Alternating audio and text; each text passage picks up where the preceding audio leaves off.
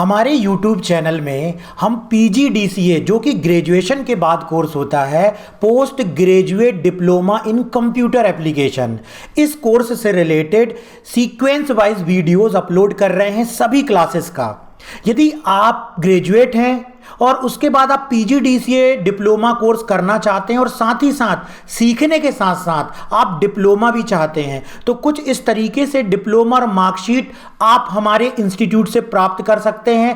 Course को join करने के बाद, कोर्स को ज्वाइन करने के लिए आपको वीडियो के डिस्क्रिप्शन में आना है और ऐप डाउनलोड करना है, जो कि प्ले स्टोर से इस प्रकार से दिखलाई देगा। इसका लोगो आप देख लीजिए और इसका नाम है माय कंप्यूटर कोर्स ऐप। आप इस ऐप को डाउनलोड कीजिए और डाउनलोड करने के बाद आपको कौन सा कोर्स ज्वाइन करना है, उस कोर्स के अंदर आपको कैसे कंटेंट मिलेगा, कोर्स में आपको आपकी डिटेल कैसे शेयर करनी है, हमको इनरोल कैसे करना है, और वीडियो देखने के बाद इसका डिप्लोमा और इसका जो मार्कशीट है वो आपको कैसे मिलेगा, इसके बारे में अभी हम समझते हैं। उसके बाद आज की हम कंप्लीट क्लास में समझने वाले हैं PGDCA के अंतर्गत एक इंपॉर्टेंट टॉपिक जो कि MS ऑफिस के अंतर्गत आता है। तो वीडियो में लास्ट तक बने रहिएगा और MS ऑफिस की इस क्लास को अटेंड करके PGDCA के अंतर्गत आने वाले इस इंपॉर्टेंट टॉपिक को जो देखो होम टैब के अंतर्गत ये अपना अगला ऑप्शन दिया गया है, जिसको क्या बोलते हैं, ये स्टाइल्स ग्रुप।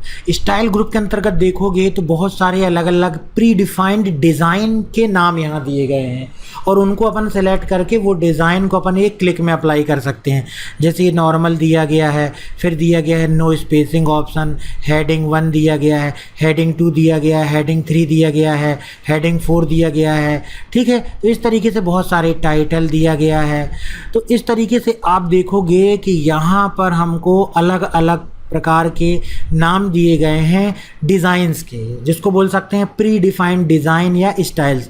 इनको कैसे अप्लाई करेंगे वो सीखते हैं। इनको अप्लाई करना सीखने के लिए मान लीजिए इसमें हम बना हुआ टेक्स्ट जो है लेकर के आ जाते हैं। ये देखिए इस तरीके से हम जैसे ही फंक्शन टाइप करते हैं तो ये फंक्शन के द्वारा ये ऑटोमेटिक टेक्स्ट जनरेट हो जाता है। इस टेक्स्ट को ज़रा इसकी फॉर्मेटिंग हम नॉर्मल कर लेते हैं। अभी इसमें कुछ और बाय डिफ़ॉल्ट फॉर्मेटिंग सेट थी। देखिए मान लीजिए कुछ इस तरीके का हमारे पास टेक्स्ट दिया गया है। अब इस टेक्स्ट को जो कि पैराग्राफ जैसे दिखाई दे रहा है, मान लीजिए ये कुछ अलग प्रकार का टेक्स्ट होता, ये कोई कोटेशन लिखा होता, तो यहाँ पर हम इसको सिलेक्ट करते और सिलेक्ट करने के बाद हमको यहाँ से अलग अलग डिज़ाइन सोचने की ज़रूरत नहीं है कि कहाँ से सेट करें। हम देखो जैसे इसमें कोट्स में क्लिक करते तो ऑटोमेटिक ये कोटेशन के रूप में इसकी फॉर्मेटिंग आ जाती। जैसे कोटेशन होते हैं, सुविचार है ना, उसको अगर आपको लिखना है तो आपने जस्ट टाइप किया और यहाँ पर कोट में क्लिक कर दिया तो क्या हो गया, ऑटोमेटिक वो उसकी फॉर्मेटिंग ले लिया। नहीं तो आपको अगर ये डिज़ाइन नहीं दी होती तो आपको क्या करना पड़ता, आपको इसको अलग से सेलेक्ट करो, अलग से सेलेक्ट करने के बाद फिर उसको बोल्ड करो, इटैलिक करो या उसका वैसा फॉन्ट सेलेक्ट करो, खुद दिमाग लगाओ कि उसकी फॉर्मेटिंग कैसी होगी। तो इसमें इसने क्या दिया है कि कुछ पहले से बनी हुई डिज़ाइन दे दी है और उन डिज़ाइन को हमको केवल सेलेक्ट करना है और वो अप्लाई हो जाएंगी। जैसे कि यहाँ पर एक और है इंटेंस कोट, ये कोटेशन लिखा हुआ है किसी प्रकार की किताब में, तो उसको भी अगर हमको सिंपली सेलेक्ट करके इंटेंस कोट में लिखेंगे तो ये आ जाएगा। इसी तरीके से फिर से हमने इसको सेलेक्ट किया, उसके अलावा हमको स्ट्रॉन्ग में लिखना है तो ये स्ट्रॉन्ग में आ जाएगा। उसी प्रकार से यहाँ पर हमको बुक टाइटल के रूप में लिखना, बुक टाइटल के रूप में जाएगा। सब टाइटल के रूप में देना, सब टाइटल आ जाएगा। नॉर्मल करना है टेक्स्ट को तो टेक्स्ट को हम यहाँ से क्लिक करके नॉर्मल भी कर सकते हैं। देखिए टेक्स्ट नॉर्मल हो गया, मतलब इससे किसी भी प्रकार की फॉर्मेटिंग हट चुकी है। और इसका क्या उपयोग होता है वो भी देख लेते हैं। कई बार क्या होता है कि हमारा जो डॉक्यूमेंट है वो कुछ इस प्रकार से बना हुआ है, जैसे इस डॉक्यूमेंट को हम और बना लेते हैं इस प्रकार से। ये कॉपी पेस्ट कर दिया हमने इसको कई बार, और कॉपी पेस्ट करने के बाद हम यहाँ पर मान लीजिए उदाहरण के लिए कुछ इसकी हेडिंग्स भी हैं, तो ये हमने यहाँ पर देखिए इसकी हेडिंग्स भी बना ली। ये कॉपी पेस्ट कर दिया, एक हेडिंग ये बना ली हमने, और दूसरी हेडिंग हमने मान लीजिए यहाँ से ले ली, कोई भी हेडिंग बना ली। ये एक उदाहरण को बतलाने के लिए मैं ऐसा कर रहा हूँ, बाकी तो आप लोग इंटरनेट से निकाल सकते हैं या खुद आपने कुछ ऐसा टाइप किया हुआ है या आपने नोट्स बनाया हुआ है, उसमें हेडिंग तो होगी ही। जैसे अपना कोई सब्जेक्ट है उसमें हम देखते हैं बुक्स में कि बार बार हर चीज़ में अलग अलग हेडिंग्स आती हैं, तो कुछ इस तरीके की हेडिंग भी हम अपने इसमें पहले वर्ड में जो भी हमारे पास मैटर है उसमें हमने इस तरीके से बना ली। अब जो भी हेडिंग है उसको हमको हेडिंग के रूप में स्पेसिफाई यदि नहीं किया है, हेडिंग के रूप में स्पेसिफाई नहीं किया है, तो क्या प्रॉब्लम इसमें आती है कि जब हम डॉक्यूमेंट के अलग अलग व्यूज़ देखते हैं, कहाँ से देखते हैं, व्यू टैब में जाते हैं, और व्यू टैब में जाने के बाद अगर हम इसके आउटलाइन में क्लिक करते हैं तो ये देखो ये आउटलाइन में उतने अच्छे तरीके से ये आउटलाइन नहीं बनती है। मतलब अगर ये एक हेडिंग है तो इसको हेडिंग की तरह दिखना चाहिए, ये अगर उसके अंदर का टेक्स्ट है तो टेक्स्ट की तरह दिखना चाहिए, अगर ये सब हेडिंग है तो सब हेडिंग की तरह दिखना चाहिए।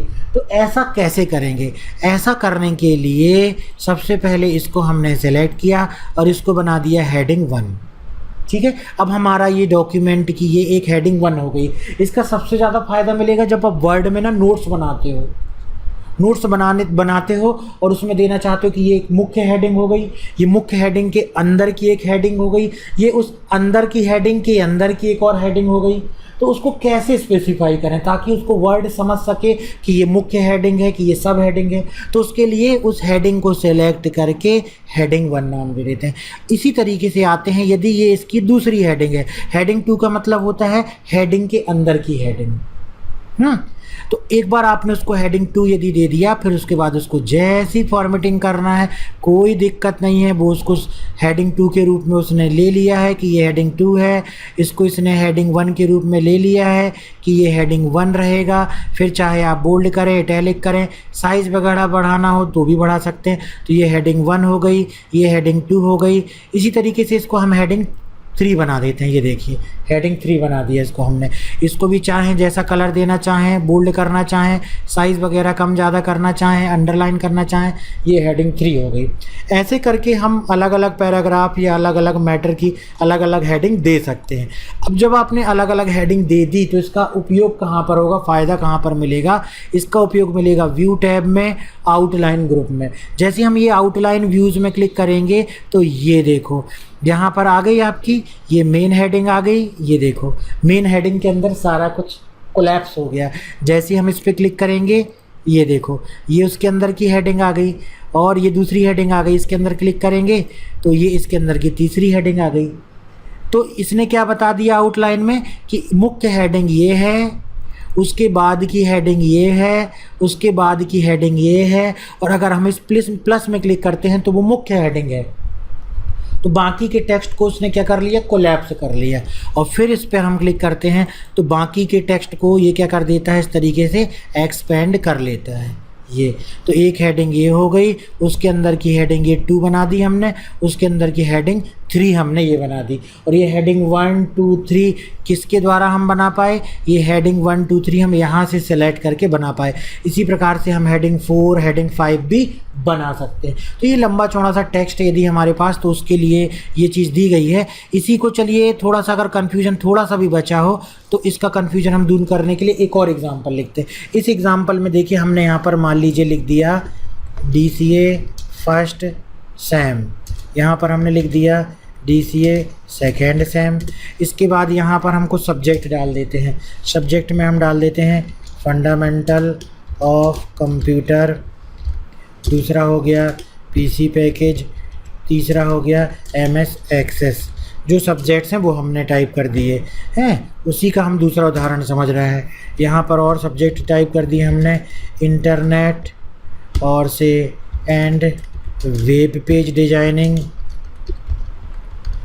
फिर हमने यहाँ पे डाल दिया IT ट्रेंड्स, फिर हमने यहाँ पे डाल दिया DTP। तो जो DCA में है वो आपके इतने सब्जेक्ट यहाँ पर हैं। अब इन सब्जेक्ट के अंदर आप एक चीज़ ये देखिए कि अगर हम ये चाहते हैं कि इन सब्जेक्ट के अंदर ये मेन हेडिंग हो जाए, ये उसके अंदर की सब हेडिंग हो जाए, और हेडिंग बनाना, जैसे अगर हम चाहते हैं फंडामेंटल के अंदर पढ़ते हैं इनपुट डिवाइस के बारे में, इसी प्रकार से हम पढ़ते हैं आउटपुट डिवाइस के बारे में, इसी प्रकार से हम पढ़ते हैं इसमें मेमोरी के बारे में। ये मेन हेडिंग हो जाए, ये उसके अंदर की हेडिंग हो जाए, और ये तीनों उसके अंदर की और हेडिंग्स हो जाएं। इनके अंदर कुछ मैटर भी ले आते हैं हम, जैसे हमने यहाँ पर ऑटोमेटिक टाइप करके एक मैटर भी ले आते हैं। ताकि पूरी हेडिंग के रूप में हमारे पास ये इस तरीके से बन जाए, है ना। ये आप लोग भी इसको बना सको इसलिए मैंने इसको इस तरीके से पूरा टाइप करके और एग्जांपल बतला रहा हूँ कि कोई प्रॉब्लम ना जाए कि ये मैटर कहाँ से आ गया है, ठीक है। अब हम इसको क्या करते हैं, इस टेक्स्ट को सिलेक्ट कर लेते हैं, थोड़ा सा इसकी अलग से फॉर्मेटिंग को कम ज़्यादा करने के लिए कंट्रोल ए किया और इसकी साइज़ को कम कर दिया। ये देखो अब हमारे पास मैटर लिखा हुआ आ गया। अब इसको हमने सेलेक्ट किया डी से फर्स्ट सेम को, heading 1, colour, bold, underline, size बढ़ा दिया, हेडिंग 1 हो गई। इसके अंदर का जो सब्जेक्ट है वो क्या हो गया, उसको भी क्या बना दिया अपन ने, हेडिंग 2 हो गया ये, ठीक है। अंडरलाइन, कलर दे दिया, ये हेडिंग 2 हो गया। इसी तरीके से इसको हेडिंग 3 बनाना है, ये हेडिंग 3 हो गया, बोल्ड दे दिया, कलर भी चाहो तो वही कलर दे दो, या कलर बदल के रखना चाहो इसका कलर भी बदल सकते हैं। ये देखो हेडिंग 3 हो गया। हेडिंग 4 देना है, हेडिंग 4 हो गया, बोल्ड कर दिया, इसमें भी कलर वगैरह जो देना चाहें, ठीक है। इसी के अंदर कुछ और पैराग्राफ भी अगर जोड़ना चाहें तो जोड़ा जा सकता है। कॉपी किया हमने, ये पेस्ट कर दिया और इसको भी पेस्ट कर दिया। देखो एक डॉक्यूमेंट कुछ इस तरीके का जिसमें ये मेन हेडिंग बना दी हमने, इसको हेडिंग 2 बना दिया, इसको हेडिंग 3, इसको हेडिंग 4, ये सारी हेडिंग इस्तेमाल कर ली। जब हम इसको आउटलाइन के रूप में देखेंगे, व्यू में जाएंगे और ये आउटलाइन के रूप में देखेंगे, ये देखो आ गया समझ में। ये मेन हेडिंग हो गई, ये देखो कोलैप्स कर दिया इसको हमने, ये देखो बंद हो गई, ये मेन हेडिंग के रूप में दिखने लगा।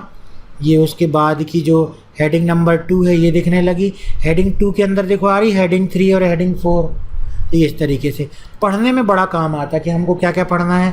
हमको कोर्स के अलग अलग चीज़ें पढ़ना, जैसे हमको जानना है, एक नोट्स बनाया कि DCA फर्स्ट सेमेस्टर का कौन कौन से सब्जेक्ट होते हैं, तो हमने यहाँ पर DCA फर्स्ट सेमेस्टर में क्लिक किया, यहाँ पे जा कर के तो उससे रिलेटेड सारे सब्जेक्ट आ गए। उन सब्जेक्ट के अंदर क्या पढ़ना है, उन सब्जेक्ट के अंदर अपन ने चीज़ों को पढ़ लिया कि हमको इनपुट डिवाइस पढ़ना है, कि हमको आउटपुट डिवाइस पढ़ना है, कि हमको मेमोरी पढ़ना है। अगर हमको देखना कि फंडामेंटल के अंदर क्या है तो इसकी हेडिंग को भी हमने कोलैप्स कर लिया। फिर हमको पढ़ना है कि इसके अंदर क्या क्या पढ़ना है, इसमें क्लिक करेंगे तो इसके अंदर की जो चीज़ें हैं वो अपन पढ़ सकते हैं। तो पूरा आइडिया समझ में आ गया, इसका रोल समझ में आ गया कि नहीं आ गया, किसका रोल, और वो है आपका स्टाइल ऑप्शन का। कि स्टाइल ऑप्शन से अपन करते क्या है, स्टाइल ऑप्शन से अपन हेडिंग दे सकते हैं, बने बनाए टेक्स्ट को हम नॉर्मल में ला सकते हैं, बिना स्पेसिंग का हम पैराग्राफ बना सकते हैं, इंटेंस कोट लिख सकते हैं। उसके अलावा अगर हमको फॉर्मेटिंग क्लियर करना है, जैसे कि जो भी हमने इसमें अगर मान लीजिए फॉर्मेटिंग वगैरह दे दी, कलर दे दिया, बोल्ड कर दिया, है ना, फॉन्ट वगैरह चेंज कर दिया, ऐसा कुछ भी हमने फॉर्मेटिंग लंबी चौड़ी इसमें अप्लाई की हुई है, या इंटरनेट से कोई डेटा हमने लेकर के आया हुआ है, हम चाहते हैं कि यार इसकी फॉर्मेटिंग सही नहीं है, हटाना है, तो हम क्लियर फॉर्मेटिंग में क्लिक करेंगे और फॉर्मेटिंग हमारी क्लियर हो जाएगी, नॉर्मल हो गया हमारा टेक्स्ट। तो फॉर्मेटिंग क्लियर करने के लिए भी ऑप्शन होता है कौन सा, क्लियर फॉर्मेटिंग। इसके अलावा आप देखिए कोई नई नई डिज़ाइन बनाते हैं, नई नई डिज़ाइन बनाने के बाद आप चाहते हैं कि वो डिज़ाइन हम बार बार ना दे करके वो डिज़ाइन हमारी इसमें सेव हो जाए, एक नई स्टाइल हम बनाएं और वो नई स्टाइल हमारी क्या हो, यहाँ पर सेव हो जाए वो नई स्टाइल। तो नई स्टाइल को सेव करने के लिए नई स्टाइल कैसे बनाते हैं, इसमें जाते हैं और क्रिएट अ स्टाइल में क्लिक करते हैं, और क्रिएट अ स्टाइल में क्लिक करने के बाद स्टाइल का नाम दे देते हैं, कोई भी नाम दे दिया, बाय डिफ़ॉल्ट स्टाइल 1 है, स्टाइल 1 नाम रहने दिया, ठीक है। तो क्या आ गया हमारा, स्टाइल 1 ये नाम दिया गया है। इस स्टाइल को आप मॉडिफाई करना चाहते हैं तो राइट क्लिक करके इस तरीके से मॉडिफाई भी कर सकते हैं। मॉडिफाई का मतलब होता है कि अगर हम इस स्टाइल को सिलेक्ट करें तो कैसी स्टाइल बन जाए, इस स्टाइल को सिलेक्ट करने पर जो भी टेक्स्ट हम सेलेक्ट करें उसकी साइज़ 20 हो जाए, वो टेक्स्ट बोल्ड हो जाए, उस टेक्स्ट का कलर मान लीजिए ये इस कलर में आ जाए, उस टेक्स्ट का कलर मान लीजिए इस कलर में आ जाए, इटैलिक हो जाए, ठीक है, फॉन्ट उसका कुछ इस तरीके का हो जाए, ऐसी फॉर्मेटिंग आ जाए। और अगर इसको हम चाहते हैं कि हर डॉक्यूमेंट में ये जुड़ा हुआ रहे तो इस पर हमको क्लिक करना है, किसमें, new document based on this template, इस वाले चेक बॉक्स में भी क्लिक करना है। और अगर केवल इसी डॉक्यूमेंट में आप चाहते हो कि जो ये नई स्टाइल आप जोड़ रहे हो वो केवल इसी डॉक्यूमेंट में जुड़ी रहे तो किस में क्लिक करेंगे, ओनली इन दिस डॉक्यूमेंट में। लेकिन हम चाहते हैं जितने बार हम MS वर्ड खोलें सभी में हमारी ये बनाई गई स्टाइल दिखे, तो किस में क्लिक करेंगे, new document based on this template में, और यहाँ से क्लिक कर देंगे ओके बटन पर। अब हमारी स्टाइल यहाँ पर जुड़ चुकी है। फ़ायदा क्या होगा देखिए, जब भी आपको लगा कि यार हमको यार इस पैराग्राफ को वही वाली फॉर्मेटिंग करना है जो हमने यहाँ पर बनाई हुई है, वो हमारी सिलेक्टेड है फॉर्मेटिंग, अच्छी फॉर्मेटिंग हमने बनाई है, बस आपको क्लिक कर देना है, वो फॉर्मेटिंग यहाँ पर आ जाएगी। और हमने इसको ये भी जोड़ा है कि ये नए पेज में भी जुड़ जाए, नए पेज में भी जुड़ जाए। तो जब हम इसको न्यू पेज में जाएंगे, ये देखिए न्यू पेज में क्लिक करेंगे और न्यू पेज में हम कोई टेक्स्ट को इस तरीके से लेकर के आएंगे और उसमें अगर हम उस फॉर्मेटिंग को अप्लाई करेंगे तो वो फॉर्मेटिंग भी यहाँ पर आ जाएगी। ये देखो, ये हमने सेलेक्ट किया और ये फॉर्मेटिंग आ गई, तो ये न्यू डॉक्यूमेंट में भी आ गई। और उसमें एक और ऑप्शन था कि उसी डॉक्यूमेंट में रखना है तो उसी डॉक्यूमेंट में भी रख सकते हो, लेकिन एक और ऑप्शन था इसमें कि आपको हर नए डॉक्यूमेंट में भी रखना है तो बस सिलेक्ट करो और सिलेक्ट करने के बाद इसमें क्लिक कर दो, नए डॉक्यूमेंट में भी आ जाएगी। ये सिलेक्ट करो, न्यू डॉक्यूमेंट में भी आ जाएगी। तो ये समझ में आया, सारे तरीके पता होंगे आपको, सारे एग्जाम्पल पता होंगे, तो फिर फ़ायदा उससे ये होगा कि जहाँ भी जैसी ज़रूरत पड़ेगी इस स्टाइल ऑप्शन की वैसी हम कर पाएंगे। इसलिए हमको हर एंगल से उस एग्ज़ाम्पल को समझना है कि कहाँ कहाँ तक इसका उपयोग हम कर सकते हैं। अगर इसको हटाना है तो राइट क्लिक करेंगे, इसको देखो रीनेम भी कर सकते हैं और रिमूव भी कर सकते हैं। हमने रिमूव कर दिया, अब वो स्टाइल नहीं रह रही। तो ये स्टाइल का बहुत उपयोग है। कोई अच्छी सी फॉर्मेटिंग आप बना रहे हो, बार बार उसकी ज़रूरत पड़ रही है, तो उसको आप यहाँ पर सेव कर दो। सेव करने के बाद उसको सेलेक्ट करो, क्लिक करो, तुरंत वो अप्लाई हो जाएगी। नहीं तो क्या करना पड़ेगा आपको, बार बार सेलेक्ट करो, बार बार साइज़ बदलो, बार बार फॉन्ट बदलो, हर बार बोल्ड इटैलिक करो, कलर बदलो, या जो भी आपको फॉर्मेटिंग लगाई है। लेकिन आपने क्या कहा कि पूरी फॉर्मेटिंग को बना करके आप उसको किस में जोड़ दे रहे हैं, स्टाइल गैलरी में जोड़ दे रहे हैं। तो स्टाइल गैलरी में जोड़ने से ये फ़ायदा हो रहा है कि हमेशा आपके लिए वो अवेलेबल रहेगा। उसके अलावा देखो यहाँ पर तो ऑप्शन आ ही जाता है स्टाइल गैलरी का। यहाँ पर इसका एक टास्क पेन में भी ऑप्शन खुलता है। जैसे ही हम क्लिक करते हैं तो ये स्टाइल जो यहाँ दिखलाई दे रही है वही स्टाइल यहाँ पर भी आ जाती हैं। इसका फ़ायदा ये होता है कि जो भी स्टाइल आपने बनाई हुई है वो स्टाइल का आप प्रीव्यू देखना चाहते हैं कि उस स्टाइल की फॉर्मेटिंग क्या है, सारी फॉर्मेटिंग दिख जाएगी, है ना। उसके अलावा नई स्टाइल बनाना चाहते हैं, इसमें क्लिक करेंगे तो न्यू डायलॉग बॉक्स आ जाएगा। जैसा डायलॉग बॉक्स हमारा इस पे क्लिक करने पर, यहाँ पे क्लिक करने पर आ रहा था क्रिएट स्टाइल, वही हमारा ये कहाँ पर आ जाएगा, इस पर क्लिक करते हैं डायलॉग बॉक्स लॉन्चर बटन पर, ये टास्क पेन छोटा सा खुलता है। इस टास्क पेन में वो चीज़ें आ जाएंगी। तो यहाँ से आप स्टाइल को मैनेज कर सकते हैं और यहाँ से भी स्टाइल को मैनेज कर सकते हैं। MS वर्ड 2013 में हमारा अगला टैब है जिसका नाम है इंसर्ट टैब। तो इंसर्ट टैब के अंतर्गत आप देख सकते हैं अलग अलग ग्रुप दिए गए हैं और बेसिकली इसमें हम आपको बतला दें कि इस टैब में दिए गए सभी ऑप्शन का इस्तेमाल हमारे वर्ड डॉक्यूमेंट में कुछ ना कुछ इंसर्ट करने के लिए किया जाता है। जैसे टेबल इंसर्ट करने के लिए, पिक्चर इंसर्ट करने के लिए, कमेंट इंसर्ट करने के लिए, हेडर फुटर टेक्स्ट या सिंबल को इंसर्ट करने के लिए इस इंसर्ट टैब के अंतर्गत दिए गए सभी ऑप्शंस के ग्रुप का इस्तेमाल किया जाता है। तो एक एक करके सभी जो ये ऑप्शंस के ग्रुप हैं उनका इस्तेमाल हम सीखेंगे और उन्हीं ऑप्शंस का इस्तेमाल आगे चल के आपको प्रैक्टिकल में कई जगह करना पड़ेगा और इन्हीं ऑप्शंस को कि किसका क्या यूज़ होता है, किसकी क्या शॉर्टकट की है, कौन सा ऑप्शन कहाँ मिलता है, किसको कैसे इस्तेमाल करते हैं, यही सब आपके DCA PGDCA के एग्ज़ाम में या CPCT के एग्ज़ाम में या किसी भी गवर्नमेंट जॉब के एग्ज़ाम में यही चीज़ पूछी जाती है। तो ध्यान से समझना है कि किस ऑप्शन का उपयोग क्या है। पहला ऑप्शन दिया गया है कवर पेज। कवर पेज जैसा कि नाम है, कोई भी हम बुक देखते हैं, नोट्स देखते हैं, ठीक है, या ऑनलाइन की कोई ई बुक देखते हैं या कहीं पर किसी शॉप में जाते हैं तो जो भी हम मैगजीन्स देखते हैं, बुक्स देखते हैं, पत्रिका देखते हैं, सभी में सामने एक फ्रंट पेज होता है जिसमें कि हेडिंग होती है बुक की, बुक में कोई इमेज लगी होती है, उसको हम क्या बोल सकते हैं, कवर पेज भी बोल सकते हैं। तो कवर पेज यदि आपको इस तरीके से बनाना है तो कवर पेज बनाने के लिए वर्ड में ऑप्शन दिया गया है ये कवर पेज का। यहाँ पर आप देख सकते हो इतने सारे कवर पेज दिए गए हैं। किसी भी कवर पेज में क्लिक करोगे, जैसे ही हमने इसमें क्लिक किया तो आप देखो इसमें ऑटोमेटिक एक कवर पेज बन चुका है। आप यहाँ से जूम को कम करके देखेंगे तो यदि ये हमारी बुक का फ्रंट पेज है और आगे से हम लिखना स्टार्ट करते हैं दूसरे पेज से, ये देखिए दूसरा पेज है, तो ये हमने इसका कवर पेज बना दिया।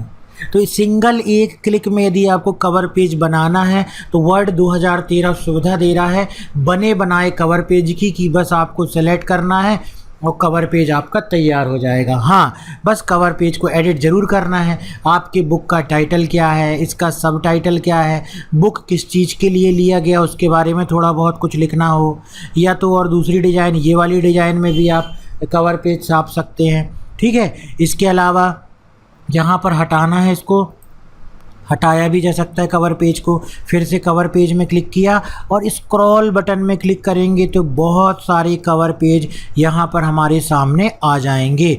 तो आप देख सकते हैं कि इतने सारे कवर पेज यहाँ पर दिए गए हैं। इसके अलावा भी कोई कवर पेज अगर आपको ढूंढना है तो मोर कवर पेजेस फ्रॉम office.com की वेबसाइट में जा कर के और भी बहुत सारे कवर पेज निकाल सकते हैं और उनका इस्तेमाल कर सकते हैं। उसके लिए इंटरनेट कनेक्शन होना चाहिए। यहाँ पर एक चीज़ और देखें कि कवर पेजेस जो यहाँ पर दिए गए हैं उनको किस तरीके से आप एडिट करेंगे। तो जैसे ही आपने सिंगल क्लिक किया और हमारा ये कवर पेज बन गया। यदि हम ये कवर पेज बना रहे हैं, मान लीजिए एमएस ऑफिस के लिए, एमएस ऑफिस का नोट्स हमने बनाया, उसके हम यहाँ पर क्या बना रहे हैं, एक हिंदी का नोट्स बना रहे हैं, तो हम यहाँ पर इसका मेन टाइटल देंगे एमएस ऑफिस। एमएस ऑफिस के बाद इसका सब टाइटल हम दे सकते हैं यहाँ पर, चूँकि हम यहाँ पर मान लीजिए वर्ड, एक्सेल, पावर पॉइंट तीनों चीज़ें बना रहे हैं, तो हमने यहाँ पर लिख दिया वर्ड, फिर उसके बाद हमने लिख दिया यहाँ पर एक्सेल, फिर उसके बाद हमने लिख दिया यहाँ पर पावर पॉइंट। ठीक है, यहाँ पर डेट वगैरह देना है, डेट वगैरह दे दीजिए। इस टेक्स्ट को नहीं रखना चाहते हैं, हटाना चाहते हैं, इस टेक्स्ट को आप हटा भी सकते हैं। इसी प्रकार से आप किसी शेप में कुछ चेंजेस करना चाहते हैं, इस शेप का आप कलर चेंज करना चाहते हैं तो ये फॉर्मेट ओपन हो जाएगा, आप कलर भी चेंज कर सकते हैं। ठीक है, यहाँ पर आपको कुछ और लिखना है, ऑथर का नाम लिखना है या तो आपको अपने इंस्टीट्यूट का नाम लिखना है, इसमें कोई अलग टेक्स्ट जोड़ना है, इसमें कोई अलग इमेज जोड़ना है तो भी जोड़ा जा सकता है। ऐसा नहीं कि इसको हम और इसमें कस्टमाइज़ नहीं कर सकते हैं, बिल्कुल इसमें हम अलग इमेज भी जोड़ सकते हैं। इसमें हम वर्ड आर्ट से जाकर के कोई टेक्स्ट भी रख सकते हैं, जो भी हमको टेक्स्ट लेना है। ठीक है, तो इस तरीके से ये हमको सुविधा देता है बने बनाए कवर पेज की डिज़ाइन की, जिसको कि हम ले जा कर के फिर मॉडिफाई भी कर सकते हैं। तो इस तरीके से हमको जहाँ कहीं भी नाम वगैरह देना है वो भी दे सकते हैं। अगर आपने सारा टेक्स्ट टाइप कर लिया, आपको डिज़ाइन पसंद नहीं आई, तो भी आप इंसर्ट में जा कर के कोई दूसरा कवर पेज डिज़ाइन करेंगे तो ये टेक्स्ट जो वहाँ टाइप किया था वो इसमें ऑटोमेटिक आ जाएगा। ये देखिए ऑटोमेटिक यहाँ पर एमएस ऑफिस लिख गया, लेकिन ये वही टेक्स्ट आएगा जो उसके टेम्पलेट में है। आपने जो अलग से लिखा है वो टेक्स्ट नहीं आएगा। ये देखिए आपने एमएस ऑफिस लिखा था ना, एमएस ऑफिस ऑटोमेटिक उसमें आ रहा है। चाहे तो फिर इसकी इमेज को भी बदल सकते हैं। तो ये था कवर पेज, जिसका इस्तेमाल कवर पेज बनाने के लिए किया जाता है। आप रेफरेंस लेकर के इंटरनेट से सर्च कर सकते हैं, बुक कवर पेज, गूगल में जाके टाइप करिएगा बुक कवर पेज, बहुत सारी डिज़ाइन मिलेगी। उन डिज़ाइन को वर्ड में भी जा कर के बना सकते हैं डिफरेंट शेप्स का इस्तेमाल करके। लेकिन हमको यहाँ पर ऑप्शन दिया गया कवर पेज का, इसी के लिए हमने इसको सीखा। इसके बाद फिर से हम नए पेज में जाते हैं, फाइल में जाते हैं, न्यू में क्लिक करते हैं, ब्लैंक पेज में जाते हैं, इंसर्ट में आते हैं। इसके बाद हम सीखेंगे यहाँ पर ब्लैंक पेज ऑप्शन का यूज़। तो ब्लैंक पेज ऑप्शन का यूज़ सीखने के लिए देखिए हमने यहाँ पर रैंडम कुछ टेक्स्ट जनरेट कर लिया। ठीक है, ये रैंड फंक्शन से इक्वल टू रैंड 5,5 लगाया, कुछ टेक्स्ट आ गया। इसमें देखिए हम समझेंगे बीच में ब्लैंक पेज कैसे जुड़ता है, तो हम इसको थोड़ा सा कलर अलग अलग दे देते हैं ताकि हमको क्लियर हो जाए। ये देखिए इस पैराग्राफ को हमने रेड कलर दे दिया, इस पैराग्राफ को हमने इस तरीके का ब्लू कलर दे दिया, इस पैराग्राफ को हमने सेलेक्ट करके मान लीजिए हाईलाइट कर दिया, इस पैराग्राफ को सेलेक्ट करके हमने किसी दूसरे कलर से हाईलाइट कर दिया। ठीक है, इस तरीके से हमने देखिए डिफरेंट कलर ले लिए हैं, डिफरेंट पैराग्राफ। अब हम चाहते हैं कि इस कर्सर के बाजू से, इस कर्सर से, जहाँ से भी कर्सर रखा हुआ है, यहाँ से बाकी का मैटर जो है वो अगले पेज में जुड़ जाए। बाकी का मैटर कहाँ चला जाए, अगले पेज में आ जाए, है ना। तो यहाँ पर आप देख सकते हैं ब्लैंक पेज। तो यहाँ पर हमने कलर अलग अलग इसलिए दे दिया है कि जब हम ब्लैंक पेज ऑप्शन का यूज़ करें तो आपको समझ में आए कि ब्लैंक पेज ऑप्शन से क्या हो रहा है। कर्सर यहाँ पे रखा हुआ है, हमने जैसे ही क्लिक किया ब्लैंक पेज में तो आप देख सकते हैं कि बाकी का टेक्स्ट, ये देखिए कलर से आपको समझ में आ जाएगा। ये देखिए बाकी का टेक्स्ट अगले पेज में चला गया और उन दोनों टेक्स्ट के बीच में जहाँ पे भी कर्सर था वहाँ पर क्या जुड़ गया, एक ब्लैंक पेज जुड़ गया। ठीक है, ये देखो ये पूरा ब्लैंक पेज आ गया।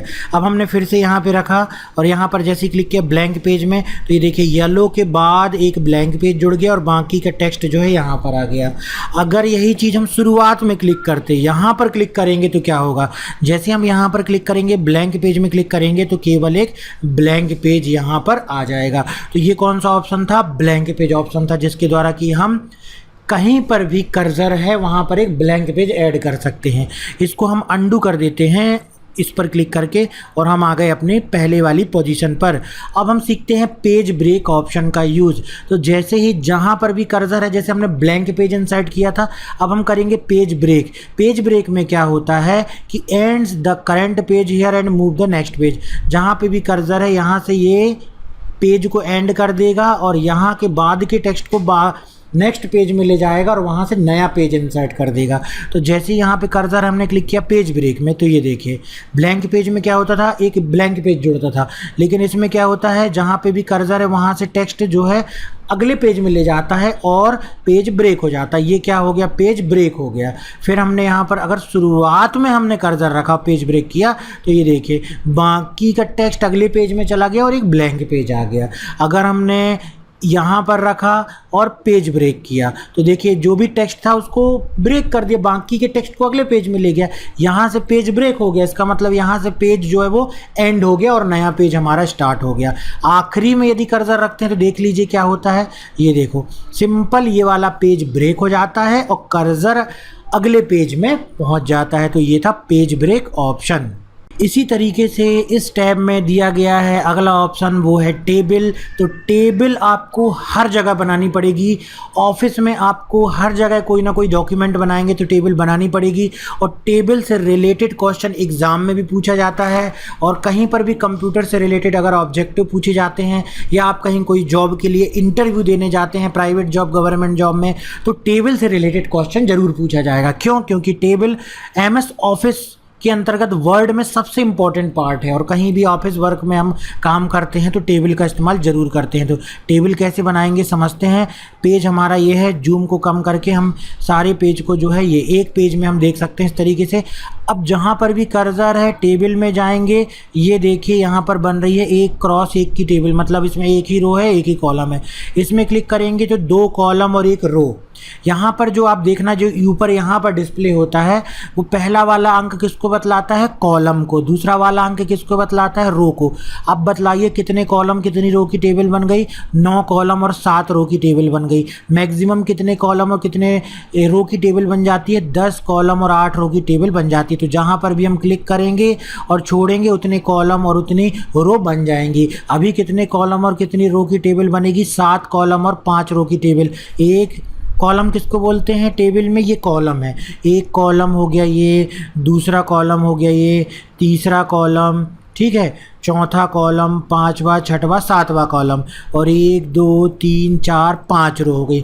इस तरीके से टेबल बनाई जा सकती है। टेबल का क्यों उपयोग होता है, आपने कई जगह डॉक्यूमेंट में देखा होगा या आपने देखा होगा अपने रिज्यूम में, बायोडेटा में आप बनाते हैं इस तरीके से। अपने बारे में एकेडमिक क्वालिफ़िकेशन बनाने के लिए आप बताते हैं कि आपने किस क्लास को किस सन में किया, किस यूनिवर्सिटी से किया, ठीक है, किस यूनिवर्सिटी से किया, किस बोर्ड से किया। तो ये सारी चीज़ें आप कहाँ पर बतलाते हैं, किस, उसके बाद उसका परसेंटेज क्या था आपका, उसके बाद डिवीज़न क्या था आपका, ये सारी जानकारी आप टेबल में भरते होंगे। तो ये किसके द्वारा बनाया है हमने, टेबल के द्वारा, इंसर्ट में जाकर के टेबल। तो ये टेबल बनाने का एक और तरीका हो गया जहाँ से कि हमने टेबल बनाई थी, बस क्लिक करना है और टेबल बन जाएगी। मैक्सिमम 10 कॉलम और 8 रो की टेबल बनती है। अगला तरीका टेबल बनाने का, इंसर्ट टेबल। यहाँ से हमको टेबल नहीं बनाना। देखिए कोई भी सॉफ्टवेयर है, एक ही काम को करने के कई तरीके होते हैं। जो तरीका हमको ज़्यादा आसान लगता है, सरल लगता है, जल्दी बनता है, उस तरीके को अपन हमेशा इस्तेमाल करते हैं, लेकिन सीखने के दौरान हमको हर तरीके बनने चाहिए। इसके बाद हम जाते हैं इंसर्ट टेबल में। इंसर्ट टेबल में हमको कितने कॉलम बनाने हैं, कितने रो बनाने हैं वो देखना। मान लीजिए हम 5 कॉलम बनाना चाहते हैं और 5 रो, यहाँ से आप टाइप कर सकते हैं उसके बाद इन ऑप्शंस का इस्तेमाल आगे आएगा। अभी हम करते हैं सिंपल ओके। तो देख लीजिए 1 2 3 4 5 कॉलम और 1 2 3 4 5 रो की एक टेबल इंसर्ट हो चुकी है। तो यहाँ से इंसर्ट में जा कर के हम अपने अनुसार टेबल इंसर्ट कर सकते हैं। ड्रॉ टेबल में एक पेंसिल बन जाती है, जैसे आपने पेंट ब्रश में इस्तेमाल किया होगा एक पेंसिल ड्राइंग बनाने के लिए, लेकिन यहाँ पर पेंसिल बनती है टेबल बनाने के लिए। तो आप इस तरीके से कितनी रो बनाना है आप बाकायदा पेंसिल से ड्रॉ करते जाइए, कितने कॉलम बनाना है तो आप यहाँ पर ड्रॉ करते जाइए। तो इस तरीके से टेबल बनाने के लिए, रो और कॉलम बनाने के लिए किसका इस्तेमाल कर सकते हैं, ड्रॉ टेबल ऑप्शन का इस्तेमाल कर सकते हैं। एक चीज़ ध्यान रखिए, जब भी आप टेबल बना रहे होंगे या टेबल सेलेक्ट होगी, 2 टैब और एक्स्ट्रा जुड़ जाएंगी। एक होती है डिज़ाइन टैब और एक होती है लेआउट टैब। इनके बारे में भी जानना ज़रूरी है। डिज़ाइन टैब में कुछ ऑप्शन दिए गए हैं, लेआउट टैब में कुछ ऑप्शन दिए गए हैं। यहाँ पर आपको घबराने की ज़रूरत नहीं कि अरे यार इतने सारे ऑप्शन फिर आ गए। बहुत ईजी हैं और एक ही 2 चीज़ों में ये ऑप्शन जुड़ते हैं, बाकी बड़े आराम से आपसे बन जाएगा। तो एक तरीका ये हमने देखा टेबल बनाने का, ड्रॉ टेबल ऑप्शन के द्वारा भी टेबल बनाई जा सकती है। अगला ऑप्शन देखते हैं कन्वर्ट टेक्स्ट टू टेबल।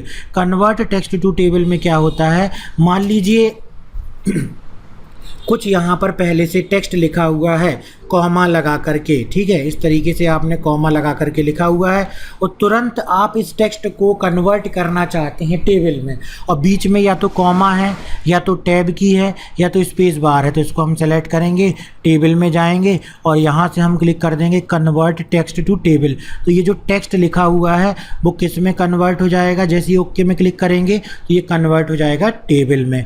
यहाँ पर हम इसको क्या करते हैं, फिर से अंडू कर दिया हमने, एक बार और बतलाते हैं आपको।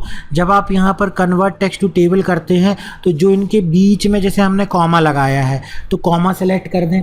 अगर इन टेक्स्ट के बीच में पैराग्राफ है तो पैराग्राफ सेलेक्ट कर दें। अगर इन टेक्स्ट के बीच में टैब है जिनको टेबल में बनाना है तो टैब सेलेक्ट कर दें। तो यहाँ पर क्या है, कॉमा है तो कॉमा सेलेक्ट किया, ओके किया और ये टेबल के फॉर्म में ऑटोमेटिक आ जाता है।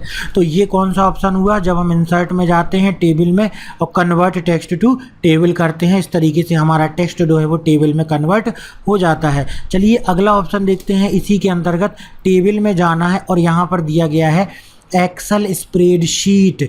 जैसे ही हम इसमें क्लिक करते हैं तुरंत हमारे वर्ड के डॉक्यूमेंट में आप देखो एक्सेल की स्प्रेडशीट इंसर्ट हो जाती है। एक्सेल के बारे में तो आप आगे पढ़ेंगे, लेकिन यहाँ पर आप देखो एक्सेल की एक वर्कशीट इंसर्ट हो गई। फ़ायदा क्या है, जैसे ही एक्सेल की वर्कशीट इंसर्ट होती है यहाँ के देखो सारे ऑप्शन भी रिबन के बदल जाते हैं, जो कि बिल्कुल किसकी तरह हो जाते हैं, एक्सेल की तरह हो जाते हैं। तो यहाँ पर ये भी सुविधा वर्ड दे रहा है कि आपको टेबल नहीं बनाना, आपको पूरा एक्सेल की वर्कशीट इंसर्ट करना है तो कर सकते हैं। और एक्सेल की वर्कशीट में बहुत सारी चीज़ें हैं, जैसे किसी भी नंबर्स को जोड़ना है तो आप बड़ी आसानी से जोड़ सकते हैं नंबर्स को जोड़ने के लिए आप यहाँ पर इक्वल टू लगाएंगे, सम लगाएंगे, ब्रैकेट ओपन करेंगे, ये देखिए सारे टेक्स्ट को सेलेक्ट करेंगे, बंद करेंगे इस ब्रैकेट को और ये देखिए सम आ गया। तो इस तरीके से इस सम फंक्शन का यूज़ केवल एक्सेल में मिलता है। तो अगर इसके इस फीचर का उपयोग करना है, और भी बहुत सारे एक्सेल के फीचर होते हैं, अगर आपको उसका उपयोग करना है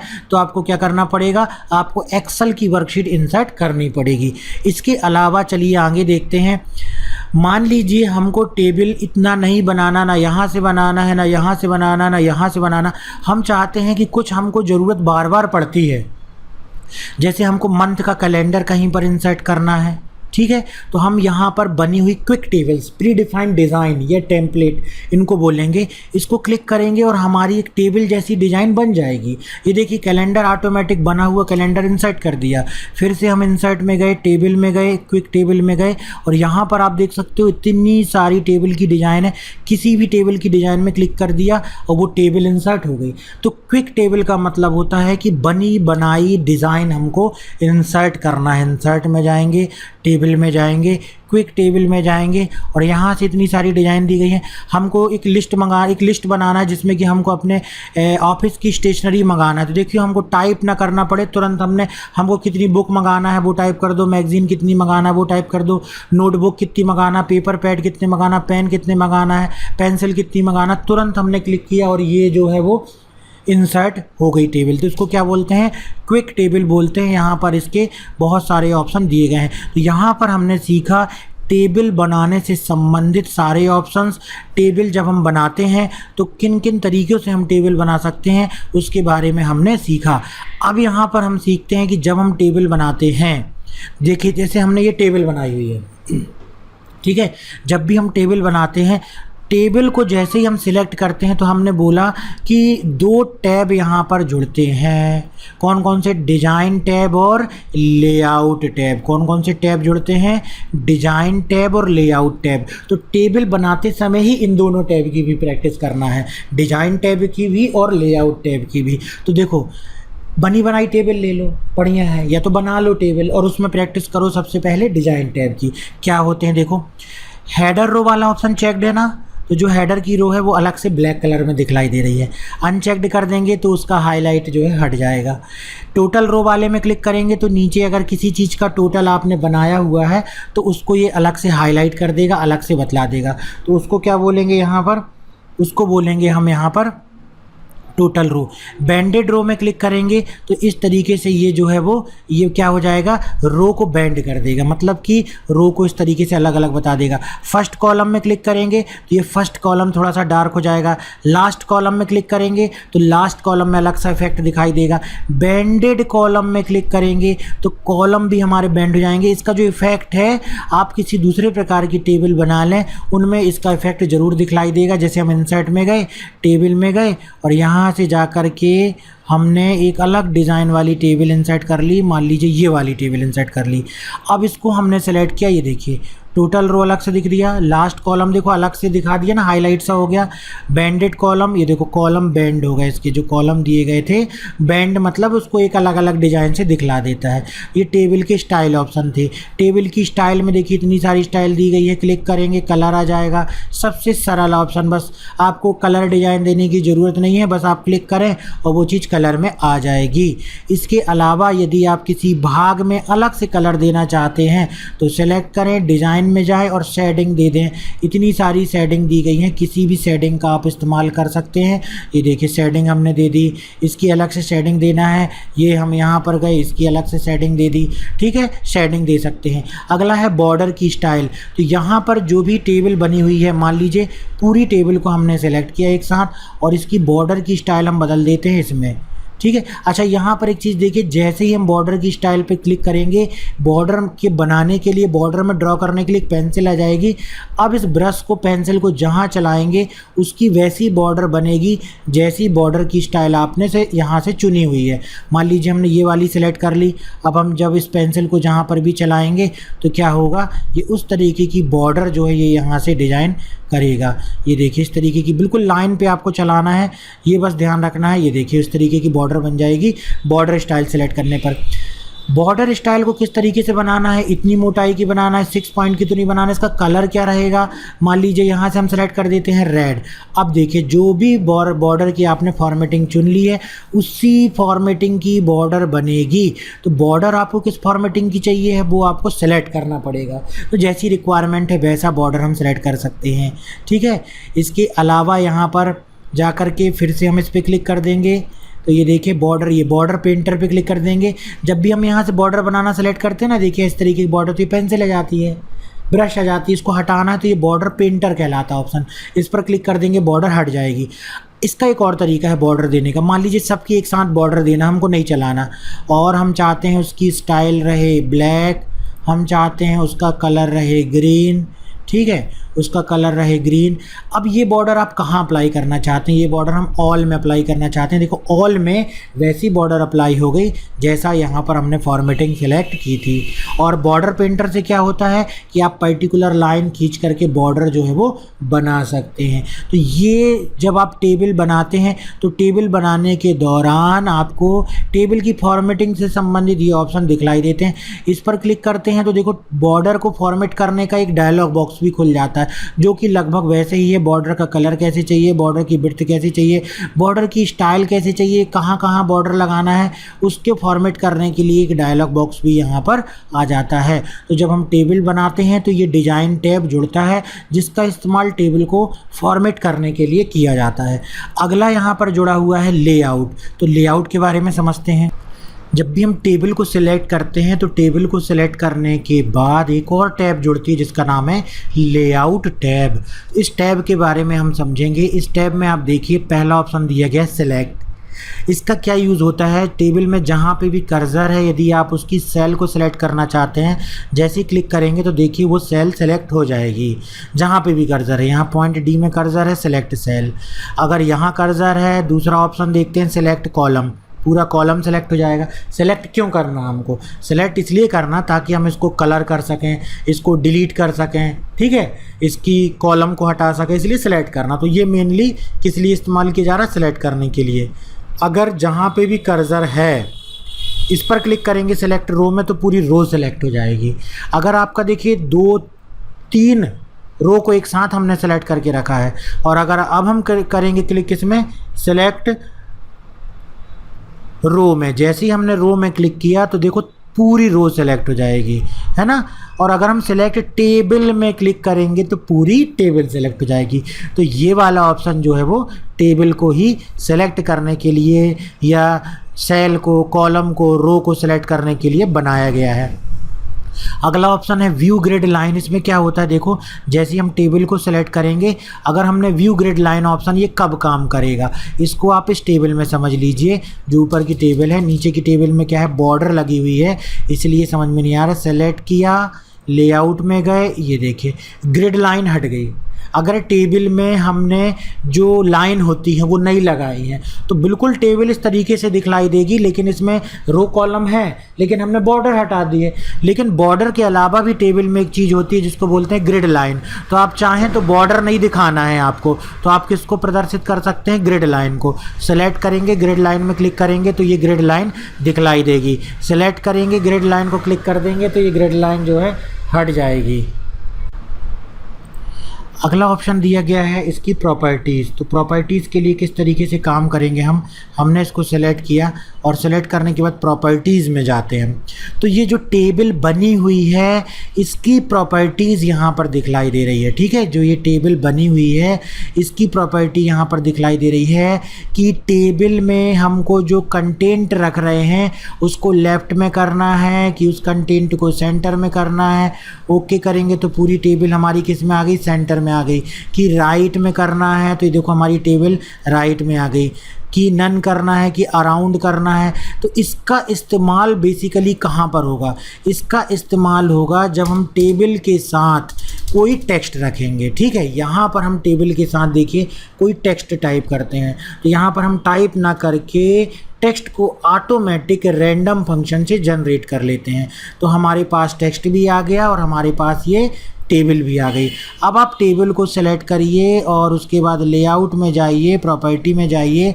तो जो टेक्स्ट है, ये जो पिक्चर देख रहे हो ना, पिक्चर में ये नीचे का जो टेक्स्ट है तो और बीच की टेबल है, बीच में रहनी चाहिए टेबल को, क्या है ना। कि टेबल को हम लेफ़्ट में रखना चाहते हैं, देखिए लेफ़्ट में टेबल आ गई। कि हम अराउंड रखना चाहते हैं चारों तरफ टेक्स्ट के, तो हम इस टेबल को कहीं पे भी बीच में भी खिसकाएंगे तो टेक्स्ट इसके चारों तरफ आ जाएगा। तो ये इसकी प्रॉपर्टी है। रो से संबंधित प्रॉपर्टी यहाँ पर दी गई हैं, कॉलम से संबंधित प्रॉपर्टी, सेल से संबंधित प्रॉपर्टी और टेबल में अगर कोई अल्टरनेट टेक्स्ट देना उससे संबंधित ऑप्शन दिए गए हैं। तो इम्पॉर्टेंट यही है। इसके अलावा आप देखिए यहाँ पर दिया गया है कि जो भी आप टेबल बना रहे हैं उस टेबल में अगर आपको ड्रॉ करना है तो फिर से आप यहाँ से तुरंत में क्या ला सकते हैं, टेबल को बनाने के लिए यहाँ से पेंसिल को ला सकते हैं। ये ड्रॉ टेबल ऑप्शन दिया गया है कि आपको यदि बनाते समय टेबल को और भी टेबल को आगे बढ़ाना है या कोई दूसरी टेबल बनाना है तो उसके लिए ड्रॉ टेबल ऑप्शन यहाँ पर मिल जाएगा। लेआउट टैब के बारे में हम पढ़ रहे थे। इसके बाद दिया गया इरेज़र। इरेज़र में क्लिक करेंगे तो अगर कहीं की रो, कॉलम की लाइन को डिलीट करना है, बॉर्डर को डिलीट करना है तो इरेज़र का इस्तेमाल किया जा सकता है। उसके बाद डिलीट ऑप्शन, पूरी टेबल डिलीट करना है, जो भी टेबल सेलेक्ट होगी, कर्सर भी रखा होगा तो सेलेक्ट होगी तो यहाँ से पूरी टेबल डिलीट हो जाएगी। लेकिन यदि हमने टेबल में इस तरीके से, देखिए पहले बना देते हैं हम टेबल में ज़रा रो बना देते हैं, टेबल में हम इस तरीके से कॉलम बना देते हैं। तो मान लीजिए हमने यहाँ पे कर्सर रखा, अब हमको यहाँ पे क्या डिलीट करना है, कॉलम। तो देखिए कॉलम डिलीट हो गया पूरा, 4 कॉलम थे 3 कॉलम बचे। हम यहाँ पे चाहते हैं रो को डिलीट करना, जैसे ही हमने इसको क्लिक किया तो रो डिलीट हो गई है पूरी, ठीक है। अगर हम यहाँ पर क्लिक करेंगे डिलीट टेबल में तो पूरी टेबल डिलीट हो जाएगी। डिलीट सेल में जाएंगे तो आप देख सकते हैं, इसको समझने के लिए इस पर कुछ टेक्स्ट को हम टाइप कर देते हैं, ठीक है। हमने यहाँ टाइप कर दिया ए, हमने यहाँ टाइप कर दिया बी, हमने यहाँ टाइप कर दिया सी, हमने यहाँ टाइप कर दिया डी ई, ठीक है। इस तरीके से एफ, कुछ टेक्स्ट हमने यहाँ पर इस तरीके से टाइप कर दिया। अब कर्सर यहाँ पर है, डिलीट में जाएंगे और डिलीट में जाने के बाद हम क्लिक करेंगे डिलीट सेल में, ठीक है। हेलो, हाँ ठीक है। तो यहाँ पर हमने कोई भी टेक्स्ट लिखा हुआ है, अब इस टेक्स्ट को यहाँ पर रखे हुए डेटा को हम डिलीट करेंगे तो हम जाएंगे, 3 ऑप्शन का यूज़ तो देख लिया। डिलीट सेल में जब हम जाते हैं, और ये भी यूज़ सिंपल है, जहाँ कर्सर है अगर हमने क्लिक किया एंटायर रो, पूरी रो डिलीट हो जाएगी। हमने क्लिक किया एंटायर कॉलम, इसमें कर्सर है, पूरा कॉलम डिलीट हो जाएगा। ये 2 ऑप्शन को समझना है, शिफ्ट सेल लेफ़्ट और shift cell up. Shift cell left जैसे डिलीट होगा, हमारी जो सेल है बाकी की सेल बाकी लेफ़्ट में शिफ्ट हो गई, वो डिलीट हुआ और बाकी की लेफ़्ट में शिफ्ट हो गई, ये मतलब हुआ। अंडू कर दिया हमने इसमें क्लिक करके, फिर से हमने डिलीट में क्लिक किया, शिफ्ट सेल अप, तो ये डिलीट होगी और बाकी की सेल अप जो है वो क्या हो रही है, देखो नीचे का मैटर ऊपर शिफ्ट हो गया। तो ये ऑप्शन था डिलीट। अब इसी प्रकार से कर्सर यहाँ रखा हुआ है मान लीजिए, और इंसर्ट अबव, तो क्या करेगा, एक रो इंसर्ट कर देगा इसके ऊपर, कर्सर के ऊपर। अगर कर्सर यहाँ रखा हुआ है इंसर्ट बिलो, इसके नीचे देखना एक रो इंसर्ट कर देगा, ये देखिए एक रो इंसर्ट कर दिया। कर्सर यहाँ रखा हुआ है इंसर्ट लेफ्ट, मतलब एक कॉलम इंसर्ट कर देगा लेफ्ट में। कर्सर यदि यहाँ रखा हुआ है इंसर्ट राइट, मतलब एक कॉलम इंसर्ट कर देगा राइट में। तो इस तरीके से ये इंसर्ट करने का ऑप्शन दिए गए।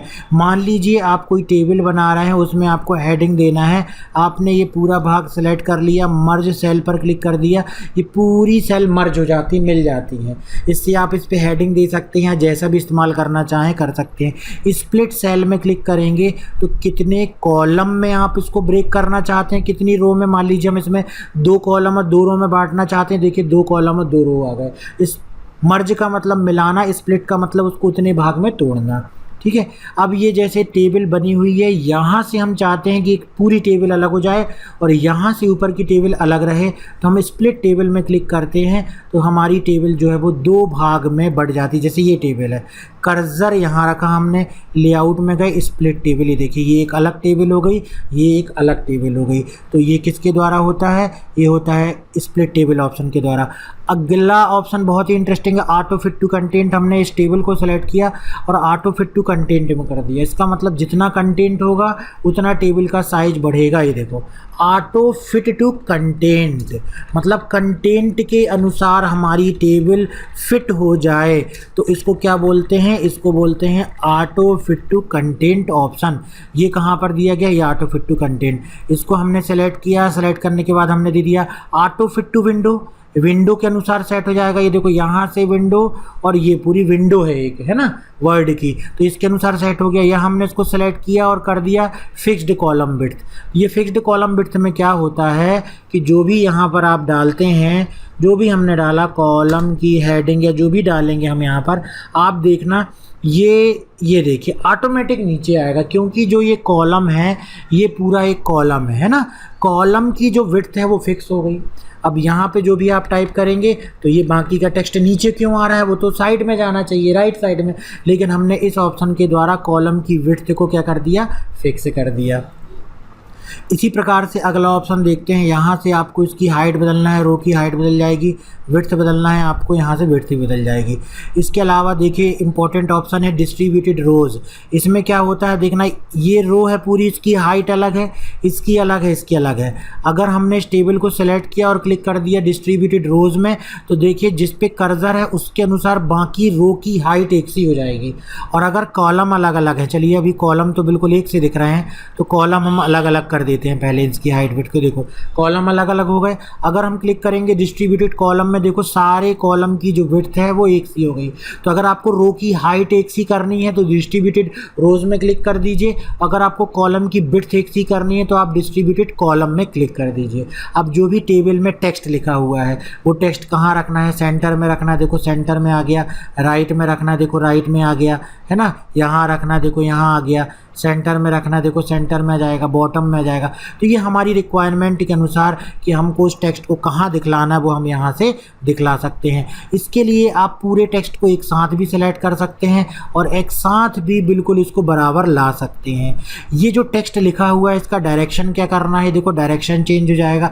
कई बार कम जगह में लिखना तो हम इसको इस तरीके से वर्टिकली भी लिख सकते हैं, नॉर्मली हॉरिजॉन्टल में लिखा हुआ है तो टेक्स्ट की डायरेक्शन। सेल का मार्जिन क्या रखना, मार्जिन का मतलब होता है जो बीच में जो टेक्स्ट लिखा हुआ है ना इसके बाजू का स्पेस जो है वो क्या कहलाता है, मार्जिन। टॉप में कितना मार्जिन कम ज़्यादा करना है, बॉटम में कितना मार्जिन कम ज़्यादा करना है, लेफ़्ट में कितना मार्जिन कम ज़्यादा करना है, राइट में कितना करना है, वो अपन यहाँ सेट कर सकते हैं। तो इसकी चारों तरफ देखिए मार्जिन जो है वो बदल गया।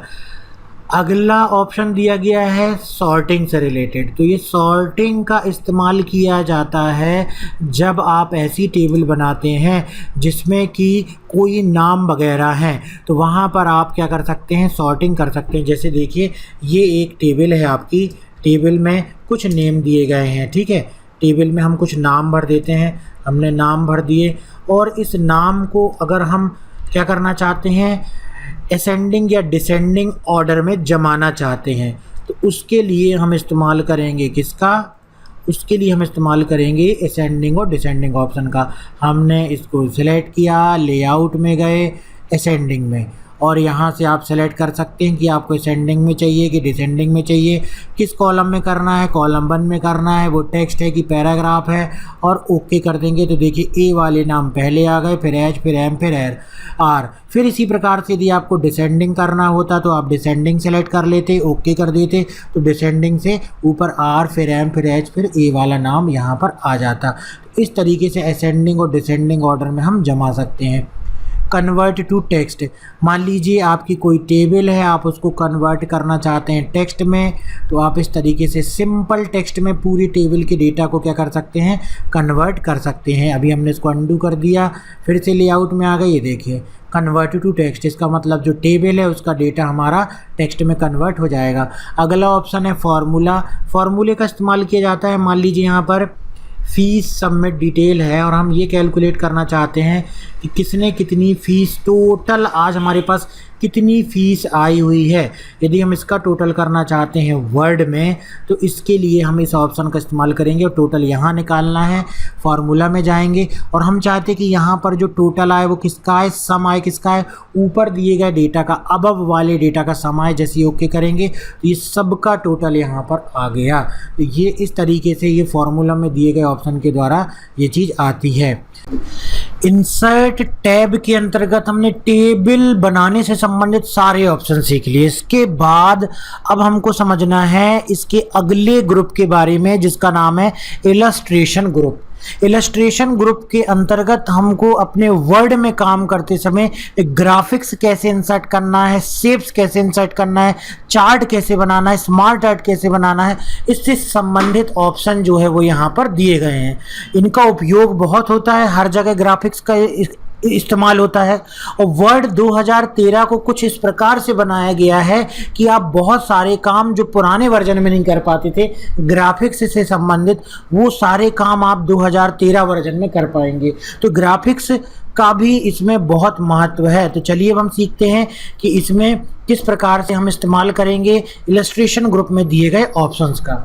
तो यहाँ पर सबसे पहली चीज़ तो देखिए, पहला ऑप्शन है पिक्चर। पिक्चर में हमने क्लिक किया तो आप इसके द्वारा सिंपल कोई भी अपने कंप्यूटर में सेव्ड इमेज को, जो इमेज आपने इंटरनेट से डाउनलोड की है या कहीं से भी कॉपी करके किसी फोल्डर में रखी हुई है, सेव्ड इमेज को आप इंसर्ट करना चाहते हैं तो सिलेक्ट करेंगे, इंसर्ट में क्लिक करेंगे तो वो इमेज आपकी यहाँ पर इंसर्ट हो जाएगी। इसको पिक्चर भी बोलेंगे, इमेज बोलेंगे। अब जैसे ही आप इंसर्ट करते हैं, देखिए इंसर्ट में जाके जैसे ही आपने पिक्चर में इंसर्ट किया और इसको आप जैसे ही सिलेक्ट करते हैं, मान लीजिए इसको सिलेक्ट नहीं करेंगे, ठीक है, ये जैसे इसको सेलेक्ट करते हो तो यहाँ पर एक नई टैब जुड़ जाती है, जिसको बोलते हैं कौन सी टैब? Format tab. ठीक है, जिसको कौन सी टैब बोलते हैं? Format tab.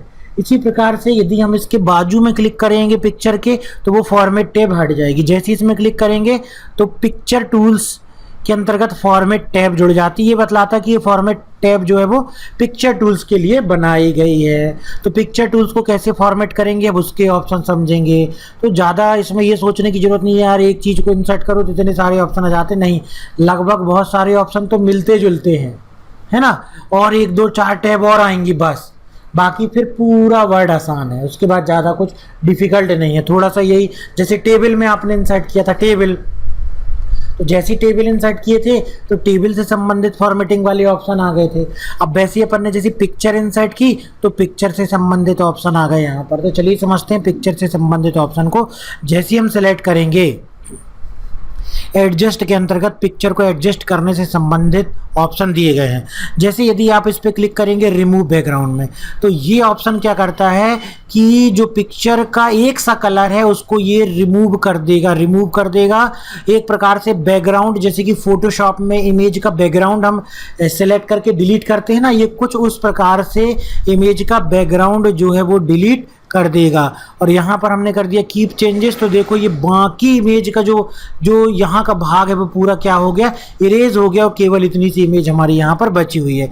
इसी तरीके से आप इसे एक दूसरे प्रकार की इमेज में भी अप्लाई कर सकते हैं। जैसे हमने ये पेंगुइन्स की इमेज को रखा, ठीक है, इस इमेज को सेलेक्ट किया, हम चाहते हैं कि ये पेंगुइन्स जो हैं केवल इनकी इमेज बस रह जाए और इसका जो बैकग्राउंड है वो हट जाए, डिलीट हो जाए। तो ये बैकग्राउंड यदि आप हटाना चाहते हैं तो कोशिश करें बैकग्राउंड का जो कलर है वो एक सा होना चाहिए, तो और जल्दी कटेगा। जैसे फोटोशॉप में अगर बैकग्राउंड का कलर एक सा है, सेलेक्ट करते हैं तो जल्दी डिलीट होता है, वैसे ही कोई भी इमेज यहाँ पर रखेंगे तो बैकग्राउंड का कलर अगर एक सा है, रिमूव में क्लिक करेंगे तो ये देखिए कितने अच्छे तरीके से इसने बैकग्राउंड को रिमूव कर दिया, है ना। यहाँ पर अगर हमने चाहते हैं कि ये भी रिमूव हो रहा है, लेकिन हमने कर दिया मार्क एरिया टू कीप, मतलब इस एरिया को हम रखना चाहते हैं। ये एरिया हमारा जो है क्या हो रहा है, ये एरिया भी क्रॉप हो रहा है, लेकिन हम इस एरिया को रखना चाहते हैं। इस एरिया को किस तरीके से, देखिए क्लिक करते हुए हम इसको सेव कर सकते हैं। देखिए ये सेव हो गया। और मार्क एरिया है रिमूव, अगर कोई एरिया सेलेक्ट नहीं हो पा रहा है, आप रिमूव करना चाहते हैं तो यहाँ से रिमूव कर सकते हैं। डिलीट मार्क में क्लिक करेंगे तो क्या होगा, आपका जो ये मार्क लगे हुए हैं इसको आप डिलीट कर सकते हैं, ठीक है। और जैसे कीप चेंजेस में क्लिक करेंगे तो ये देख सकते हो आप कि इसने हमारी पिक्चर में, इमेज में कितने अच्छे तरीके से, कितनी सफाई से इसका जो बैकग्राउंड है वो रिमूव कर दिया है। तो मेरे ख्याल से आप उपयोग भी समझ पा रहे होंगे कि जब कोई हम पिक्चर को रखते हैं तो उसका जो बैकग्राउंड है वो हम क्यों रिमूव करते हैं। ये देखिए इस इमेज को हम इसके ऊपर भी ला करके इस तरीके से रख सकते हैं। यहाँ पर हमने ले लिया इन फ्रंट, और अब हम इस इमेज को इसके ऊपर भी जो है इसमें हम क्लिक करेंगे इसमें, और ये आ गया इन फ्रंट ऑफ टेक्स्ट। ये देखिए इस तरीके से भी हम रख सकते हैं ये, इसीलिए इसका हमने यहाँ पर बैकग्राउंड रिमूव किया। फोटोशॉप जो लोग चला चुके हैं या चलाते हैं, मोबाइल में भी आप इस तरीके की बहुत सारे ऐप देखते होंगे जहाँ पर कि बैकग्राउंड इरेज करने का ऑप्शन आता है। तो फोटोशॉप ने ये ऑप्शन दिया गया है हमको, जैसे हम इमेज को सेलेक्ट करते हैं तो फॉर पिक्चर टूल्स के अंतर्गत फॉर्मेट टैब में आपको बैकग्राउंड को रिमूव करने का इतना बेहतरीन ऑप्शन दिया गया है।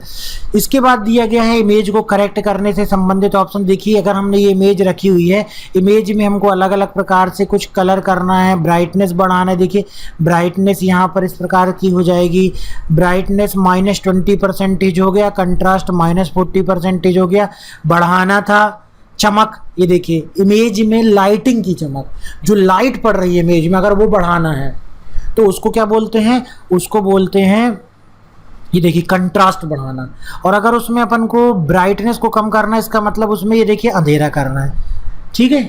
और कंट्रास्ट को बढ़ाना मतलब चमक करना, ये देखिए चमक बढ़ रही है ना, तो कंट्रास्ट का मतलब होता है चमक, और ब्राइटनेस का मतलब होता है उसमें लाइट डालना या लाइट को कम करना, ठीक है ना। तो यहाँ पर आप देख सकते हैं कि मैक्सिमम ब्राइटनेस 40 और कंट्रास्ट 40 में कुछ इस तरीके का आएगा। तो यहाँ से करेक्शन से आपको ऑप्शन दिए गए हैं। यहाँ पर आप देखो ब्राइटनेस 40% है, लेकिन कंट्रास्ट 40% है ना। ब्राइटनेस 20% हो गई और कंट्रास्ट -40% हो गई। इस तरीके से जैसी इमेज चाहिए है वैसी इमेज पे हम करेक्शन कर सकते हैं। उसकी ब्राइटनेस कैसी बढ़ानी है, कंट्रास्ट कैसा करना है, यहाँ से हम सेलेक्ट कर सकते हैं। तो ये इमेज को ज़्यादा ओरिजिनल बनाने के लिए हो सकता है इमेज जो है थोड़ा सा अंधेरे में खींची गई है, ठीक है, तो उसकी हम ब्राइटनेस बढ़ा देंगे। हो सकता है इमेज में थोड़ी सी चमक कम आई है तो उसकी हम कंट्रास्ट बढ़ा देंगे।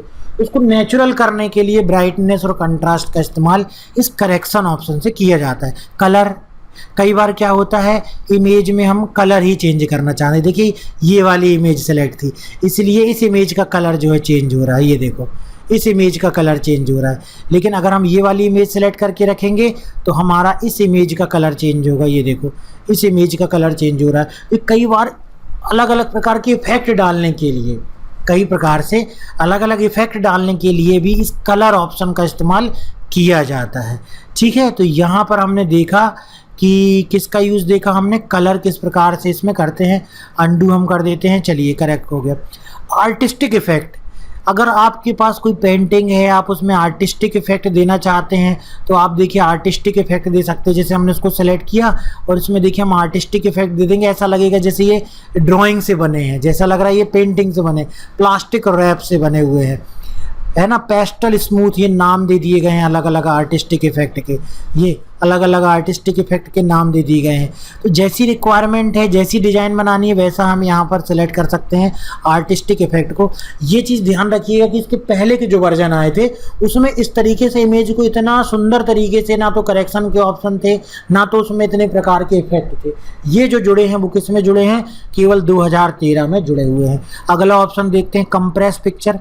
कई बार क्या होता है कि हमको बड़ी बड़ी इमेजेस को ईमेल करना पड़ता है, तो ईमेल में अगर आप जीमेल का इस्तेमाल करके अगर आप ईमेल करेंगे तो उसमें केवल 10 MB डेटा तक का ये डेटा अटैच कर पाता है। इमेज की साइज़ बहुत बड़ी होती है, तो इमेज की साइज़ को कम करने के लिए, ठीक है, हम इससे कंप्रेस ऑप्शन का इस्तेमाल करते हैं जिससे इमेज की साइज़ जो है वो कम हो जाती है। किस ऑप्शन से, कंप्रेस पिक्चर से। चेंज पिक्चर, यदि हमने ये रखा हुआ है जो भी सिलेक्ट है, चेंज पिक्चर में क्लिक करेंगे और यहाँ पर आपको क्लिक करना है वर्क ऑफलाइन में।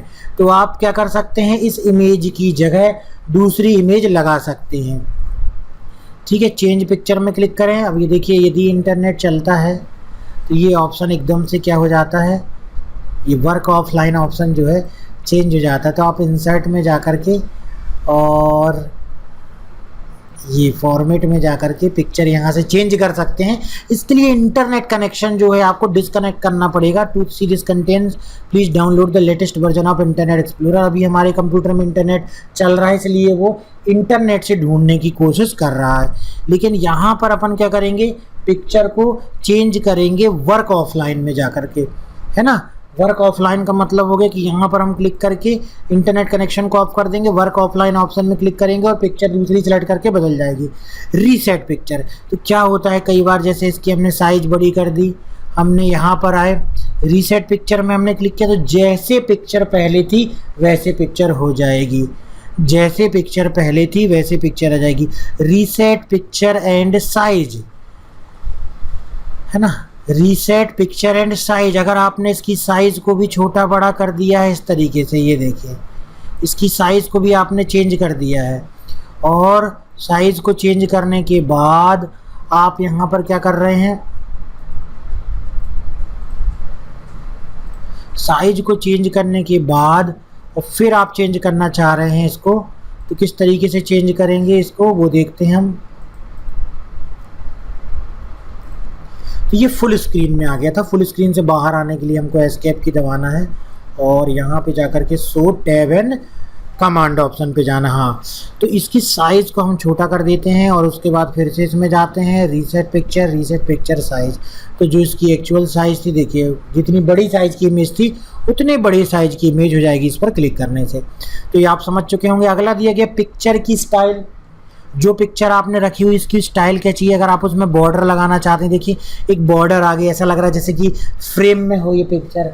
तो कई बार ऐसा भी हमको बनाना पड़ता है, इस तरीके की बॉर्डर तो नहीं लगाना है, इस तरीके की बॉर्डर तो नहीं लगाना है, ये तो बॉर्डर नहीं लगाना है।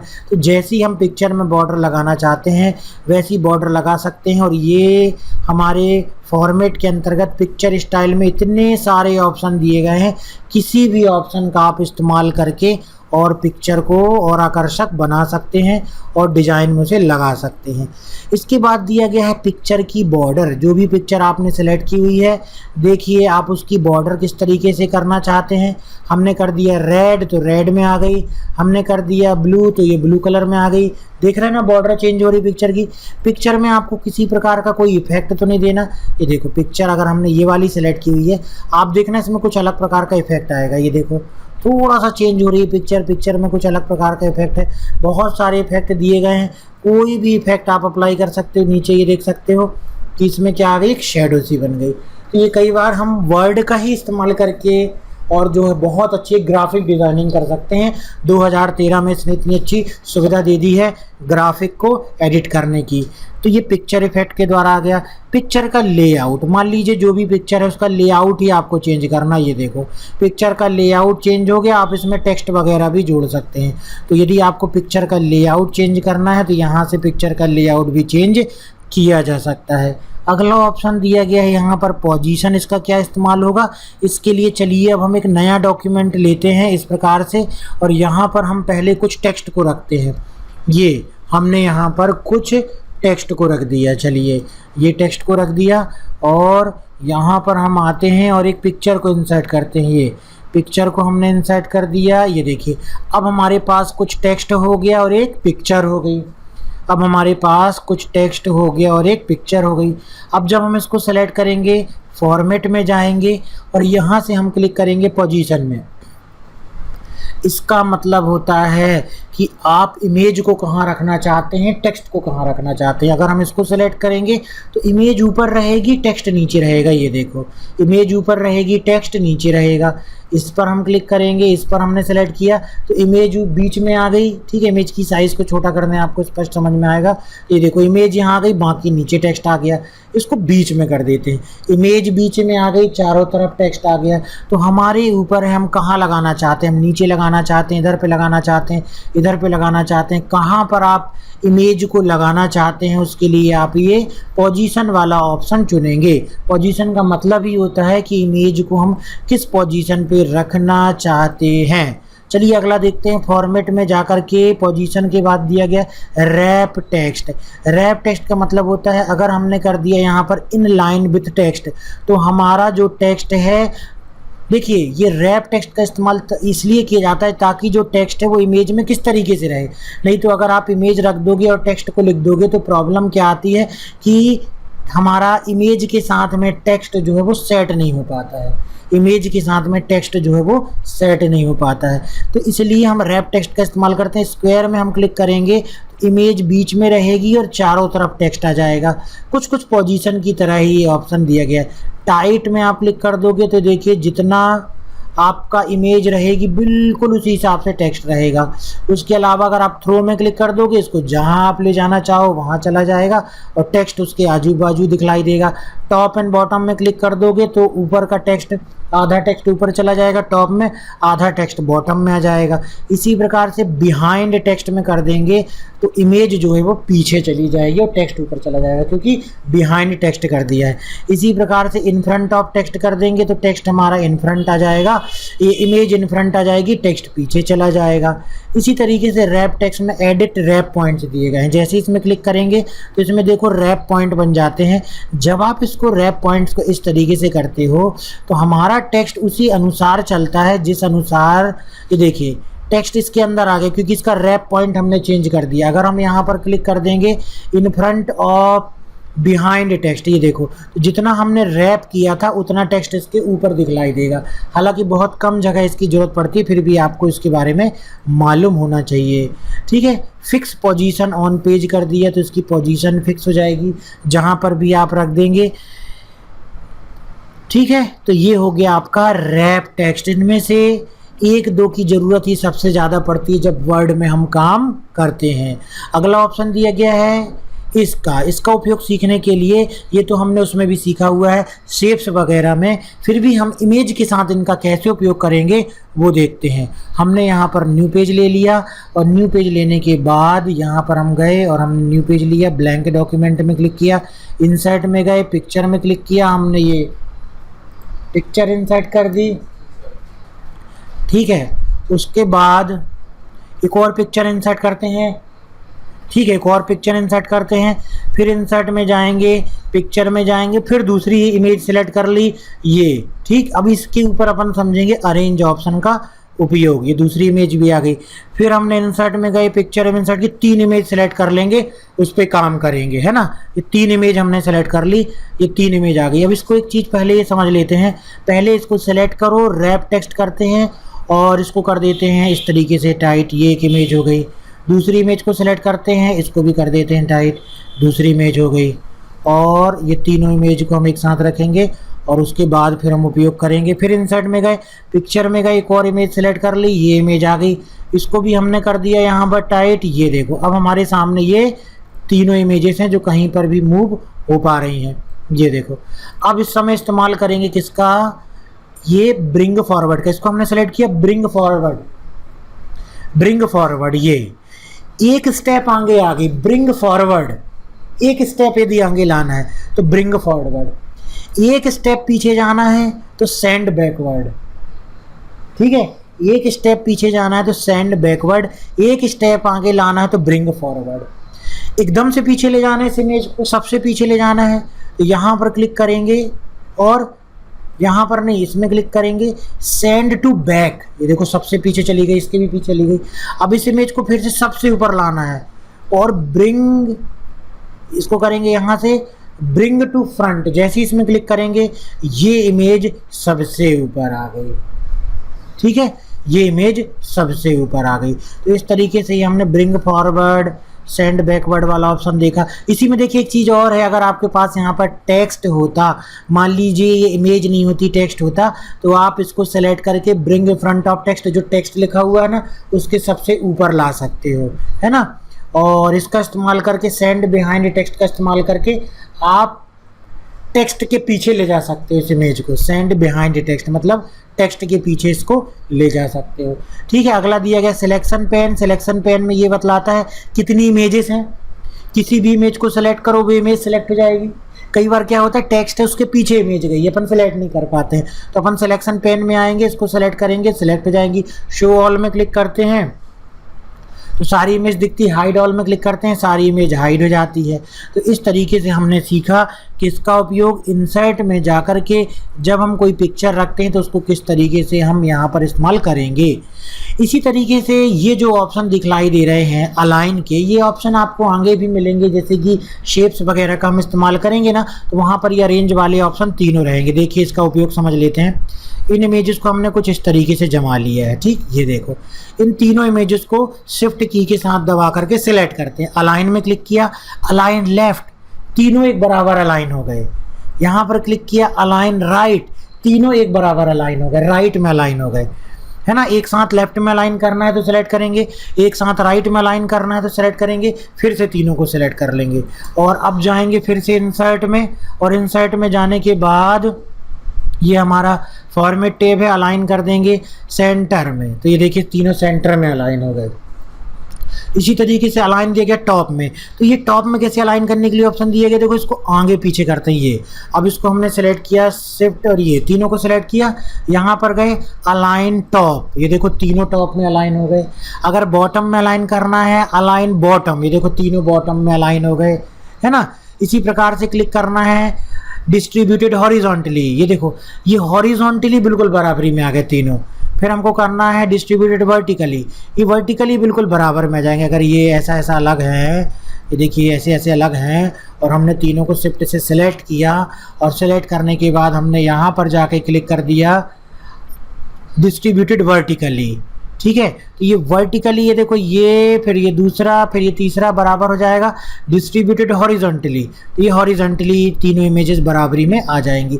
तो एक साथ उसको बराबरी में लाने के लिए, डिस्ट्रीब्यूट करने के लिए अलाइन में किसका इस्तेमाल किया जाता है? Distributed horizontally, vertically. आप यहाँ से पिक्चर देख करके भी बहुत कुछ समझ सकते हैं कि ये इमेज जो है वो किस प्रकार से आने वाली है। देखो यहाँ पर लेफ्ट में बराबर हो जाएगी, यहाँ सेंटर में, यहाँ राइट में, यहाँ टॉप में, यहाँ बॉटम में। इमेज से कुछ समझ में आ रहा है ना? यहाँ बॉटम में, इसमें देखो क्या समझ में आ रहा है। एक इमेज को ये लगाओ, दूसरी इमेज को यहाँ लगाओ, तीसरी इमेज को इसके पीछे लगाते हैं, तीसरी इमेज को इसके पीछे लगाते हैं। अब सेलेक्ट करते हैं इसको इस तरीके से, और अब क्लिक करते हैं डिस्ट्रीब्यूटेड हॉरिजॉन्टली, ठीक है, और क्लिक करते हैं डिस्ट्रीब्यूटेड वर्टिकली। ये देखो डिस्ट्रीब्यूटेड वर्टिकली में बराबरी में आ गए और हॉरिजॉन्टली में। वैसे ये दिखलाई दे रहा है, ये इस तरीके से डिस्ट्रीब्यूटेड हॉरिजॉन्टली में इस तरीके से ये बराबर में हो गए थे, और वर्टिकली को समझने के लिए इमेज को कुछ इस प्रकार से लेना चाहिए था। ये इमेज को कुछ इस प्रकार से लेना चाहिए था, और अब सेलेक्ट करना चाहिए था, ये इसको ऐसा कर देते हैं, थोड़ा सा खिसका देते हैं, फिर इसमें जाते हैं और फिल करते हैं डिस्ट्रीब्यूटेड वर्टिकली। ये सेलेक्ट किया, ये सेलेक्ट किया, ये सेलेक्ट किया, और फिर से लाइन में जाते हैं डिस्ट्रीब्यूटेड वर्टिकली, ठीक है। तो ये वर्टिकली बराबर आ गए और डिस्ट्रीब्यूटेड हॉरिजॉन्टली बराबर आ गए। इस तरीके से ये वर्टिकली हॉरिजॉन्टली बराबर में कर देता है। Align to page, align to page, page के साथ कैसे अलाइन करेंगे चलिए देखते हैं। पेज के साथ अलाइन करते हैं। अलाइन टू मार्जिन, इसको यहाँ सेट करो, फिर जाओ align to page, align to margin, कुछ नहीं हो रहा है, ठीक है। इसके बारे में फिर बतला देते हैं। फिर दिया गया देखो रोटेट, कोई भी इमेज यदि सिलेक्टेड है आपकी, जैसे ये वाली इमेज हमने सेलेक्ट करके रखी है, उसको आपको कितने एंगल में रोटेट करना, ये रोटेट कर दिया, ये रोटेट कर दिया, ये रोटेट कर दिया, ये रोटेट कर दिया। इस तरीके से इमेज को अपन क्या कर सकते हैं, कहीं भी रोटेट कर सकते हैं। ये देखो इमेज को क्रॉप करना है, कई बार इमेज को क्रॉप भी करना पड़ता है, तो इमेज को अपन इस तरीके से क्रॉप कर सकते हैं, ये ठीक है। इमेज चारों तरफ से क्रॉप हो गई। इमेज की हाइट बदलना है, इमेज की विड्थ बदलना है, यहाँ से बदल जाएगा। अगर आपको इस इमेज को, जो भी इमेज ने आपने ली है, उसको क्रॉप करना चाहते हैं किसी शेप के अनुसार, ये देखो उस इमेज को किसी शेप के अनुसार भी क्रॉप कर सकते हैं, ठीक है। एस्पेक्ट रेशियो, इस प्रकार से भी अपन क्रॉप कर सकते हैं। फिल में क्या होगा, पूरे इमेज आ जाएगी, क्रॉप कर देंगे तो ये कट जाएगी इमेज। फिट में क्या होगा, ये चारों तरफ इमेज फिट हो जाएगी एक बॉक्स के जैसे। तो ये क्रॉप करने से संबंधित ऑप्शन दिए गए हैं। तो जैसे हम पिक्चर इंसर्ट करते हैं, शेप इंसर्ट करते हैं तो वही चीज़ आती है, पिक्चर इंसर्ट करते हैं तो वही चीज़ आती है, समझ गए। ये पिक्चर वाला ऑप्शन है। इंसर्ट टैब में इलस्ट्रेशन ग्रुप के अंतर्गत अगला ऑप्शन दिया गया है स्मार्ट आर्ट। तो आप देख सकते हैं स्मार्ट आर्ट पर हम जैसे ही क्लिक करते हैं तो हमको अपने वर्ड डॉक्यूमेंट में विभिन्न प्रकार की डिज़ाइन को बनाने के लिए हमारे पास स्मार्ट आर्ट का यहाँ पर कलेक्शन उपलब्ध होता है। तो आप देखेंगे ऑल में जाएंगे तो हमको सभी प्रकार के स्मार्ट आर्ट मिल जाएंगे। यदि हम अलग अलग में जाना चाहते हैं, जैसे हम लिस्ट में जाना चाहते हैं, प्रोसेस में जाना चाहते हैं, साइकिल में जाना चाहते हैं, तो अलग अलग प्रकार के हमको स्मार्ट आर्ट यहाँ पर मिल जाएंगे। फॉर एग्ज़ाम्पल, यदि हम एक स्मार्ट आर्ट डिज़ाइन करते हैं, जिससे आपको तरीका पता चल जाएगा कि स्मार्ट आर्ट में वर्क कैसे करते हैं और इसका उपयोग क्या होता है। तो मान लीजिए हमने इस वाले स्मार्ट आर्ट की डिज़ाइन पर क्लिक किया।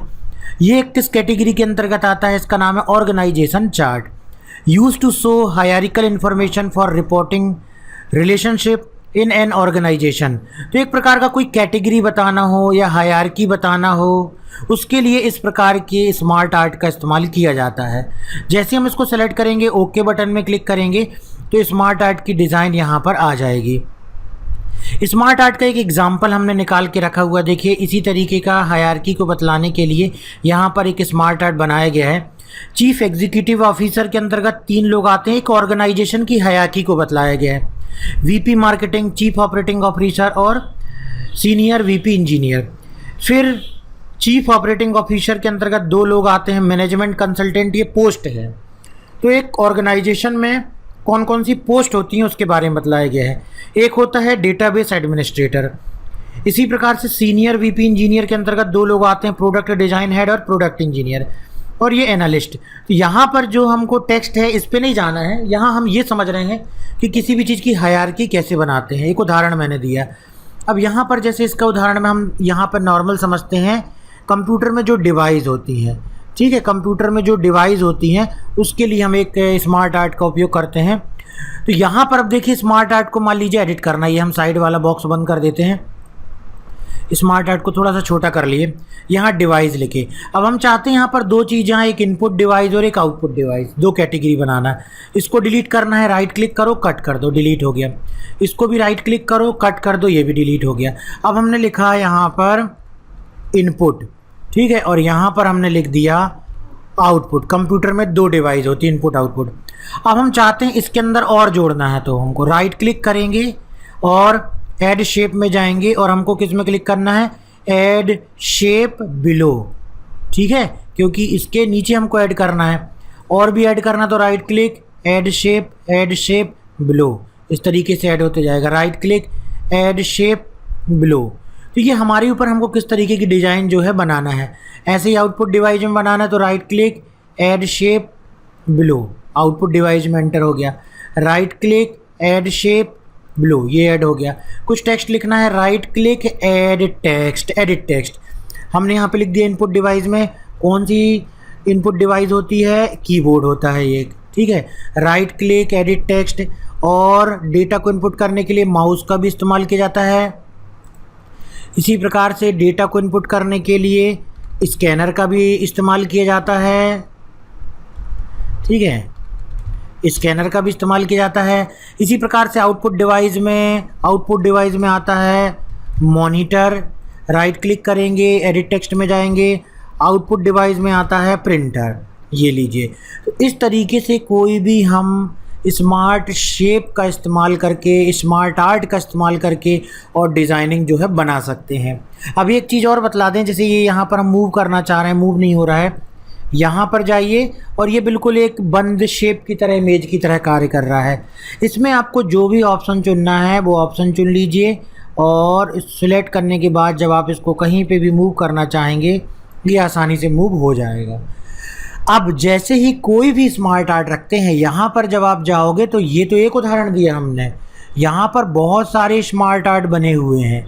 ये देखिए बहुत सारे स्मार्ट आर्ट बने हुए, किसी का भी इस्तेमाल हम कर सकते हैं। तो यहाँ पर आप देख सकते हो, यदि हमने ब्लॉक स्टाइल वाला ये वाला ऑप्शन चुना, ओके किया, तो हमारा जो है ये ब्लॉक स्टाइल का जो स्मार्ट आर्ट है वो इनपुट हो जाएगा। यहाँ पर हमने जगह रख दिया। थोड़ा सा 1-2 और बताएंगे फिर आगे बढ़ जाएंगे। स्मार्ट आर्ट जाते हैं हमने, यहाँ पर आप जाइए ऑल में, आपको बहुत सारे यहाँ पर मिल जाएंगे, कोई भी आप इस्तेमाल कर सकते हैं। तो मान लीजिए हम यहाँ पर देखिए प्रोसेस का भी दिया गया है, इतने सारे प्रोसेस से रिलेटेड हैं। किसी चीज़ की साइकिल बताना है तो ये हमने साइकिल वाला कर दिया मान लीजिए। तो एक बनाते हैं कि ऑनलाइन पेमेंट की साइकिल क्या होती है, ऑनलाइन ई कॉमर्स में जाके आप कोई प्रोडक्ट परचेज़ करते हो तो उसकी एक साइकिल क्या होती है ये बतलाना है मान लीजिए। तो कस्टमर, सबसे पहले कस्टमर ने अपने कंप्यूटर में क्या सिलेक्ट किया, प्रोडक्ट सिलेक्ट किया। कोई भी वेबसाइट में जाता, फ्लिपकार्ट, अमेजन में, सबसे पहले कस्टमर क्या करता है, प्रोडक्ट सिलेक्ट करता है। कस्टमर ने प्रोडक्ट सिलेक्ट किया, ठीक है। प्रोडक्ट सेलेक्ट करने के बाद वो क्या करता है, ऑर्डर करता है, उस प्रोडक्ट को क्या करता है, ऑर्डर करता है। तो यहाँ पर अपन ने लिख दिया है ऑर्डर एंड पेमेंट। ऑर्डर किया और उसने पेमेंट किया। अब ये ऑर्डर और पेमेंट किसके पास जाती है, ये कस्टमर हो गया, किसके पास जाती है जानकारी, मर्चेंट के पास जाती है, जो व्यापारी है, जो वेबसाइट वाला ओनर है, जो वेबसाइट की कंपनी, उसके पास जाती है। कंपनी इस ऑर्डर को कहाँ पर पहुँचाती है, वेयर हाउस में, ठीक है। कहाँ पहुंचा देती है, वेयर हाउस में, जहाँ पर उसका प्रोडक्ट जो है वो रखे होते हैं या जहाँ से उस प्रोडक्ट को पैकेज किया जाता है। वेयर हाउस के बाद वो प्रोडक्ट किस में आता है, वेयर हाउस के बाद वो प्रोडक्ट आता है ट्रांसपोर्ट में, और ट्रांसपोर्ट के बाद किस में पहुँच जाता है, कस्टमर में। ये साइकिल एक प्रकार की बन जाती है। तो इस तरीके से मेरे ख्याल से आइडिया हो चुका होगा कि यदि हम स्मार्ट आर्ट को इस्तेमाल करते हैं तो हम क्या बना सकते हैं। तो पहले तो हमारे पास डेटा होना चाहिए कि हमको क्या बनाना है, और उसके बाद उस डेटा के अनुसार हमको उस डेटा को जब हम प्रेजेंट करेंगे तो हमको किस प्रकार के स्मार्ट आर्ट की ज़रूरत पड़ेगी, ये भी हमको देखना होगा। और जब हम ये समझ जाएंगे कि किस प्रकार के स्मार्ट आर्ट की हमको ज़रूरत पड़ेगी तो उसे हम बड़ी ही आसानी से यहाँ पर सेलेक्ट कर सकते हैं। ठीक है, तो यहाँ पर बहुत सारे एग्जाम्पल दिए गए हैं। तो अब आप किसी भी स्मार्ट आर्ट को जैसे ही बनाते हो तो बनाने के बाद जैसे ही हम जब पिक्चर इंसर्ट करते थे, टेबल इंसर्ट करते थे, शेप इंसर्ट करते थे तो टैब जुड़ जाते थे, वैसे ही स्मार्ट आर्ट को भी एडिट करने के लिए टैब जुड़ जाते हैं। जैसे एक डिज़ाइन टैब जुड़ गया और एक फॉर्मेट टैब जुड़ गया। फॉर्मेट टैब आपको बिल्कुल बहुत कुछ वैसा ही मिलेगा जैसा कि आपने शेप में वर्क किया था, क्योंकि ये भी एक प्रकार के शेप है लेकिन ये एक पर्टिकुलर फॉर्मेट में है। ये भी एक प्रकार के शेप है भाई, ये बॉक्स है, सिंपल शेप है, ये भी एक शेप है। तो पूरा एक शेप के अंतर्गत ही बनाया गया है। लेकिन स्मार्ट आर्ट क्यों कहा गया? क्योंकि ये कोई मीनिंगफुल पहले से बना हुआ शेप्स है, इसलिए उसको क्या कहा गया? Smart art. तो यहाँ पर दो टैब जुड़ते हैं, डिज़ाइन टैब और फॉर्मेट टैब। तो चलिए डिज़ाइन टैब में देखते हैं। डिज़ाइन टैब में सबसे पहले आप देख लीजिए कि जो भी स्मार्ट आर्ट आपने सेलेक्ट किया है उसकी डिज़ाइन को आप यहाँ से चेंज कर सकते हैं। कई जगह हो सकता है इस प्रकार की डिज़ाइन बनाना हो, कई जगह इस प्रकार की डिज़ाइन बनाना हो, कई जगह इस प्रकार की डिज़ाइन बनाना हो। ठीक है, तो किसी भी डेटा को थ्योरी में लिखने की बजाय यदि इस प्रकार से हमने किसी को पिक्चर में समझा दिया और उसको एक्सप्लेन कर दिया तो वो ज़्यादा आसानी से समझ में आ जाएगा, बजाय ई कॉमर्स की लंबी चौड़ी थ्योरी लिखी होती। तो ये पावर पॉइंट प्रेजेंटेशन बनाते समय बहुत इंपॉर्टेंट चीज़ है। और YouTube में तो बहुत ही इंपॉर्टेंट है। अगर आपको कुछ वीडियोस भी बनाने YouTube में, तो अगर आप किसी भी चीज़ को एक्सप्लेन करना चाहते हैं तो वहाँ पर अगर आप स्मार्ट आर्ट का इस्तेमाल करके किसी चीज़ को एक्सप्लेन करेंगे तो जो व्यूअर्स हैं उनको वो चीज़ ज़्यादा अट्रैक्ट करेगी, ज़्यादा चीज़ अच्छी लगेगी, ज़्यादा अच्छे से समझ में आएगी, बजाय लंबी चौड़ी थ्योरी बताने के। तो यहाँ से स्मार्ट आर्ट की हम स्टाइल चेंज कर सकते हैं। यहाँ से स्मार्ट आर्ट के देखो कलर चेंज हो जाए, कितना आकर्षक लगने लगा ये। तो थोड़ा सा डिज़ाइन करना है, डिज़ाइन करने के बाद ये चीज़ें बहुत काम की है। स्टूडेंट को भी किसी चीज़ के बारे में थ्योरी पढ़ाना है, एनवायरनमेंट साइंस की बुक देखिएगा आप, स्कूल की चिल्ड्रंस की जो बुक्स आती हैं, इंग्लिश की बुक आती है, सोशल साइंस की बुक आती है, उसमें देखना इस प्रकार के आपको बहुत सारे चित्र मिलेंगे, बहुत सारे डायग्राम मिलेंगे। उन डायग्राम को देख करके भी बहुत कुछ डिज़ाइन किया जा सकता है वर्ड में। तो हमको एक तरीका ही पता चलेगा कि हम क्या बना रहे हैं, एक्सरसाइज भी हो जाएगी और आगे चल के फिर इस प्रकार से हम सोच भी पाएंगे कि इसमें क्या बनाना है। तो आप देख सकते हो इसमें इतने प्रकार की डिज़ाइन जो है बनाई जा सकती हैं। तो यहाँ से कलर चेंज कर सकते हैं, हो सकता है आपको लेआउट चेंज करना हो, ठीक है, चीज़ें यही हों लेकिन हमको ये वाली डिज़ाइन पसंद नहीं आ रही हो, हमको डिज़ाइन बदलना हो, तो ये क्या चेंज कर रहा है? ये इसका लेआउट चेंज कर रहा है। ठीक है, सारी चीज़ें वही रहेंगी लेकिन ये क्या चेंज कर देगा? ये इसका लेआउट चेंज कर देगा। तो यहाँ से जो भी लेआउट आपको काम का लग रहा है उस लेआउट को आप सेलेक्ट कर सकते हो। इसके अलावा यहाँ पर देखिए, अगर हमने इसको इस तरीके से कुछ ऐसा बड़ा छोटा कर दिया और अगर हम इसको रीसेट में क्लिक करेंगे तो ये क्या होगा कि जो भी डिज़ाइन इसमें अप्लाई की गया है, जो भी कलर हमने अप्लाई किया है, लेकिन ये तुरंत अपने बेसिक डिफ़ॉल्ट कलर में आ जाएगा जिसको हमने लिया था। किसमें क्लिक करने पर? ये रीसेट ग्राफिक्स में क्लिक करने पर। तो ये सारे ऑप्शन को देख लिया। क्रिएट ग्राफिक्स में जब जाएंगे तो यहाँ से आप ये जो ग्राफिक्स है ना, इसमें बहुत सारे वर्क कर सकते हैं। ये तो डिज़ाइन वाला भाग हो गया, लेकिन यहाँ से बहुत सारी चीज़ें जोड़ी जा सकती हैं। आपने सेलेक्ट किया, ऐड शेप में जाएंगे। अभी देखो आ रहा था ना ऑप्शन राइट क्लिक करने में, ये यहाँ से राइट क्लिक करने में जो ऑप्शन आ रहा था वही ऑप्शन यहाँ पर भी आ रहा है कि हमने उसको सेलेक्ट किया, ऐड शेप में गए, हमने कर दिया ऐड शेप आफ्टर। तो आप देखो इसके बाद एक और अगर हमको जोड़ना था, हो सकता है कि ट्रांसपोर्ट के बाद सेल्समैन लेता है इसको। डायरेक्ट ट्रांसपोर्ट से तो कस्टमर के पास पहुंचता नहीं है, किसके पास आता? सेल्समैन के पास आता। तो हम यहाँ पर राइट क्लिक करके एक और जोड़ दिया हमने, सेल्समैन। ठीक है, तो इस तरीके से यहाँ पर अगर आपको कोई शेप ऐड करना है तो आप ऐड शेप में जा कर के बिफोर या आफ्टर इस तरीके से ऐड कर सकते हैं। इसी प्रकार से यहाँ देखो इसमें लिखा हुआ है क्या? Add bullet. इसका क्या इस्तेमाल किया जा सकता है? इसका आप इस्तेमाल कर सकते हो, जैसे हमने इसमें कुछ और टेक्स्ट दे दिया और इसी टेक्स्ट को हमने मान लीजिए इन दोनों टेक्स्ट को सिलेक्ट किया, ऐड बुलेट में क्लिक करेंगे हम तो क्या होगा? हमारे इस टेक्स्ट में क्या ऐड हो जाएगी? बुलेट्स ऐड हो जाएंगी। ये देखो ऐड बुलेट में क्लिक करेंगे तो क्या ऐड हो जाएंगी? बुलेट्स ऐड हो जाएंगी, ताकि हम अपने जो भी टेक्स्ट लिख रहे हैं उसको बुलेट के रूप में बतला सकें। टेक्स्ट पेन में क्लिक करने पर देखो जो भी स्मार्ट आर्ट है उसके बाजू से एक टेक्स्ट पेन जुड़ जाती है। टेक्स्ट पेन में क्या फ़ायदा होता है? ये देखो कस्टमर, यहाँ से आप डायरेक्ट टाइप कर सकते हो, मतलब आपको राइट क्लिक करके बार बार क्या करने की ज़रूरत नहीं है, एडिट टेक्स्ट करने की ज़रूरत नहीं है। आप डायरेक्ट अपने स्मार्ट आर्ट को यहाँ से भी एडिट कर सकते हो, और यहाँ से जा कर के उसको नीचे और ऊपर करने के लिए देखिए मूव अप कर सकते हैं, देखो चेंज हो गया ऑर्डर, मूव डाउन कर सकते हैं, देखो चेंज हो गया ऑर्डर, और डायरेक्ट यहाँ पर जो भी टेक्स्ट वगैरह टाइप करना है वो टाइप कर सकते हैं। तो इस तरीके से हम ये जो टेक्स्ट पेन है इसके द्वारा इसी स्मार्ट आर्ट के टेक्स्ट को एडिट कर सकते हैं। अब यहाँ पर आप देखिए कि जैसे ही हमने इसको सेलेक्ट किया, यहाँ पर आपको कुछ जो भी ऑप्शन एक्टिव हो रहे हैं वही ऑप्शन का उपयोग अभी हम कर पाएंगे। राइट टू लेफ्ट, जैसे हम इसमें क्लिक करेंगे तो देखिए जो ये शेप का देखिए सिंबल देखिएगा ये चेंज होगा। अभी क्या हो रहा है, ये इस तरीके से जा रहा है राइट टू लेफ्ट की तरफ, इस पर क्लिक कर दिया, ये देखिए शेप क्या बतलाने लगा, शेप बतलाने लगा कुछ इस तरीके से, left to right shape change हो गया ना। इस तरीके से अगर शेप में चेंजेस करने हैं, उसके सर्कल पे प्रोसेस पे चेंज करना है तो इस पर अपन चेंज क्लिक करके चेंजेस जो है वो कर सकते हैं। इसके बाद चलिए अगले ऑप्शन की तरफ चलते हैं, और अगला ऑप्शन दिया गया है यहाँ पर डिमोट। ठीक है, डिमोट का मतलब क्या होता है, decrease the level of the selected bullet और शेप। जैसे हम इस पर क्लिक करेंगे तो देखो ये डिमोट हो गया। डिमोट का मतलब हो गया एक स्टेप नीचे लग गया, यहाँ पर लिखा हुआ मर्चेंट, इसकी और हम थोड़ा जूम कर देते हैं, ये देखिए आप दिख रहा है, ये हमने इसको सेलेक्ट किया और हमने क्लिक कर दिया किसमें, डिमोट में।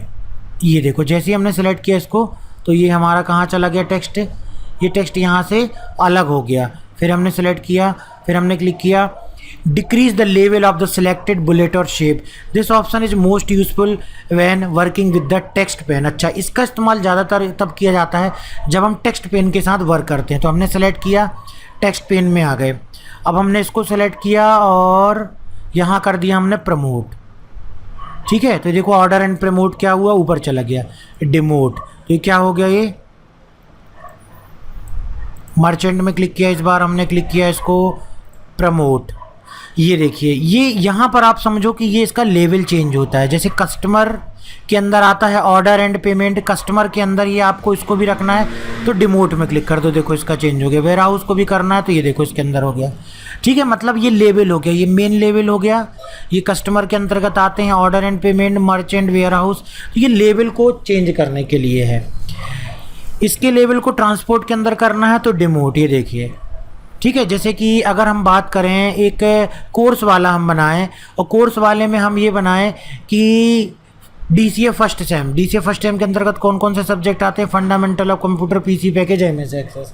तो DCA फर्स्ट सेम क्या हो जाएगी, मेन हेडिंग हो जाएगी, और fundamental of computer PC package MS access उसके अंतर्गत सब हेडिंग हो जाएगी।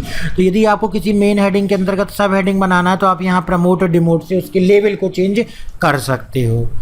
ठीक है, तो ये था कि जब भी हम किसी भी प्रकार के स्मार्ट शेप को रखते हैं तो इसके द्वारा हम स्मार्ट शेप में चेंजेस कर सकते हैं। अब देखिए फॉर्मेट में आते हैं। फॉर्मेट में जब आप आएंगे तो फॉर्मेट में आपको बहुत सारे ऑप्शन तो आपने नॉर्मली इस्तेमाल किए हुए हैं। जैसे यहाँ से शेप चेंज करना है, आप शेप चेंज कर सकते हो सेलेक्ट करके। ये देखिए जैसा शेप चाहिए वैसा शेप चेंज कर सकते हैं। लार्जर में क्लिक कर सकते हैं, स्मॉल हो जाएगा स्मॉलर में क्लिक करने पर।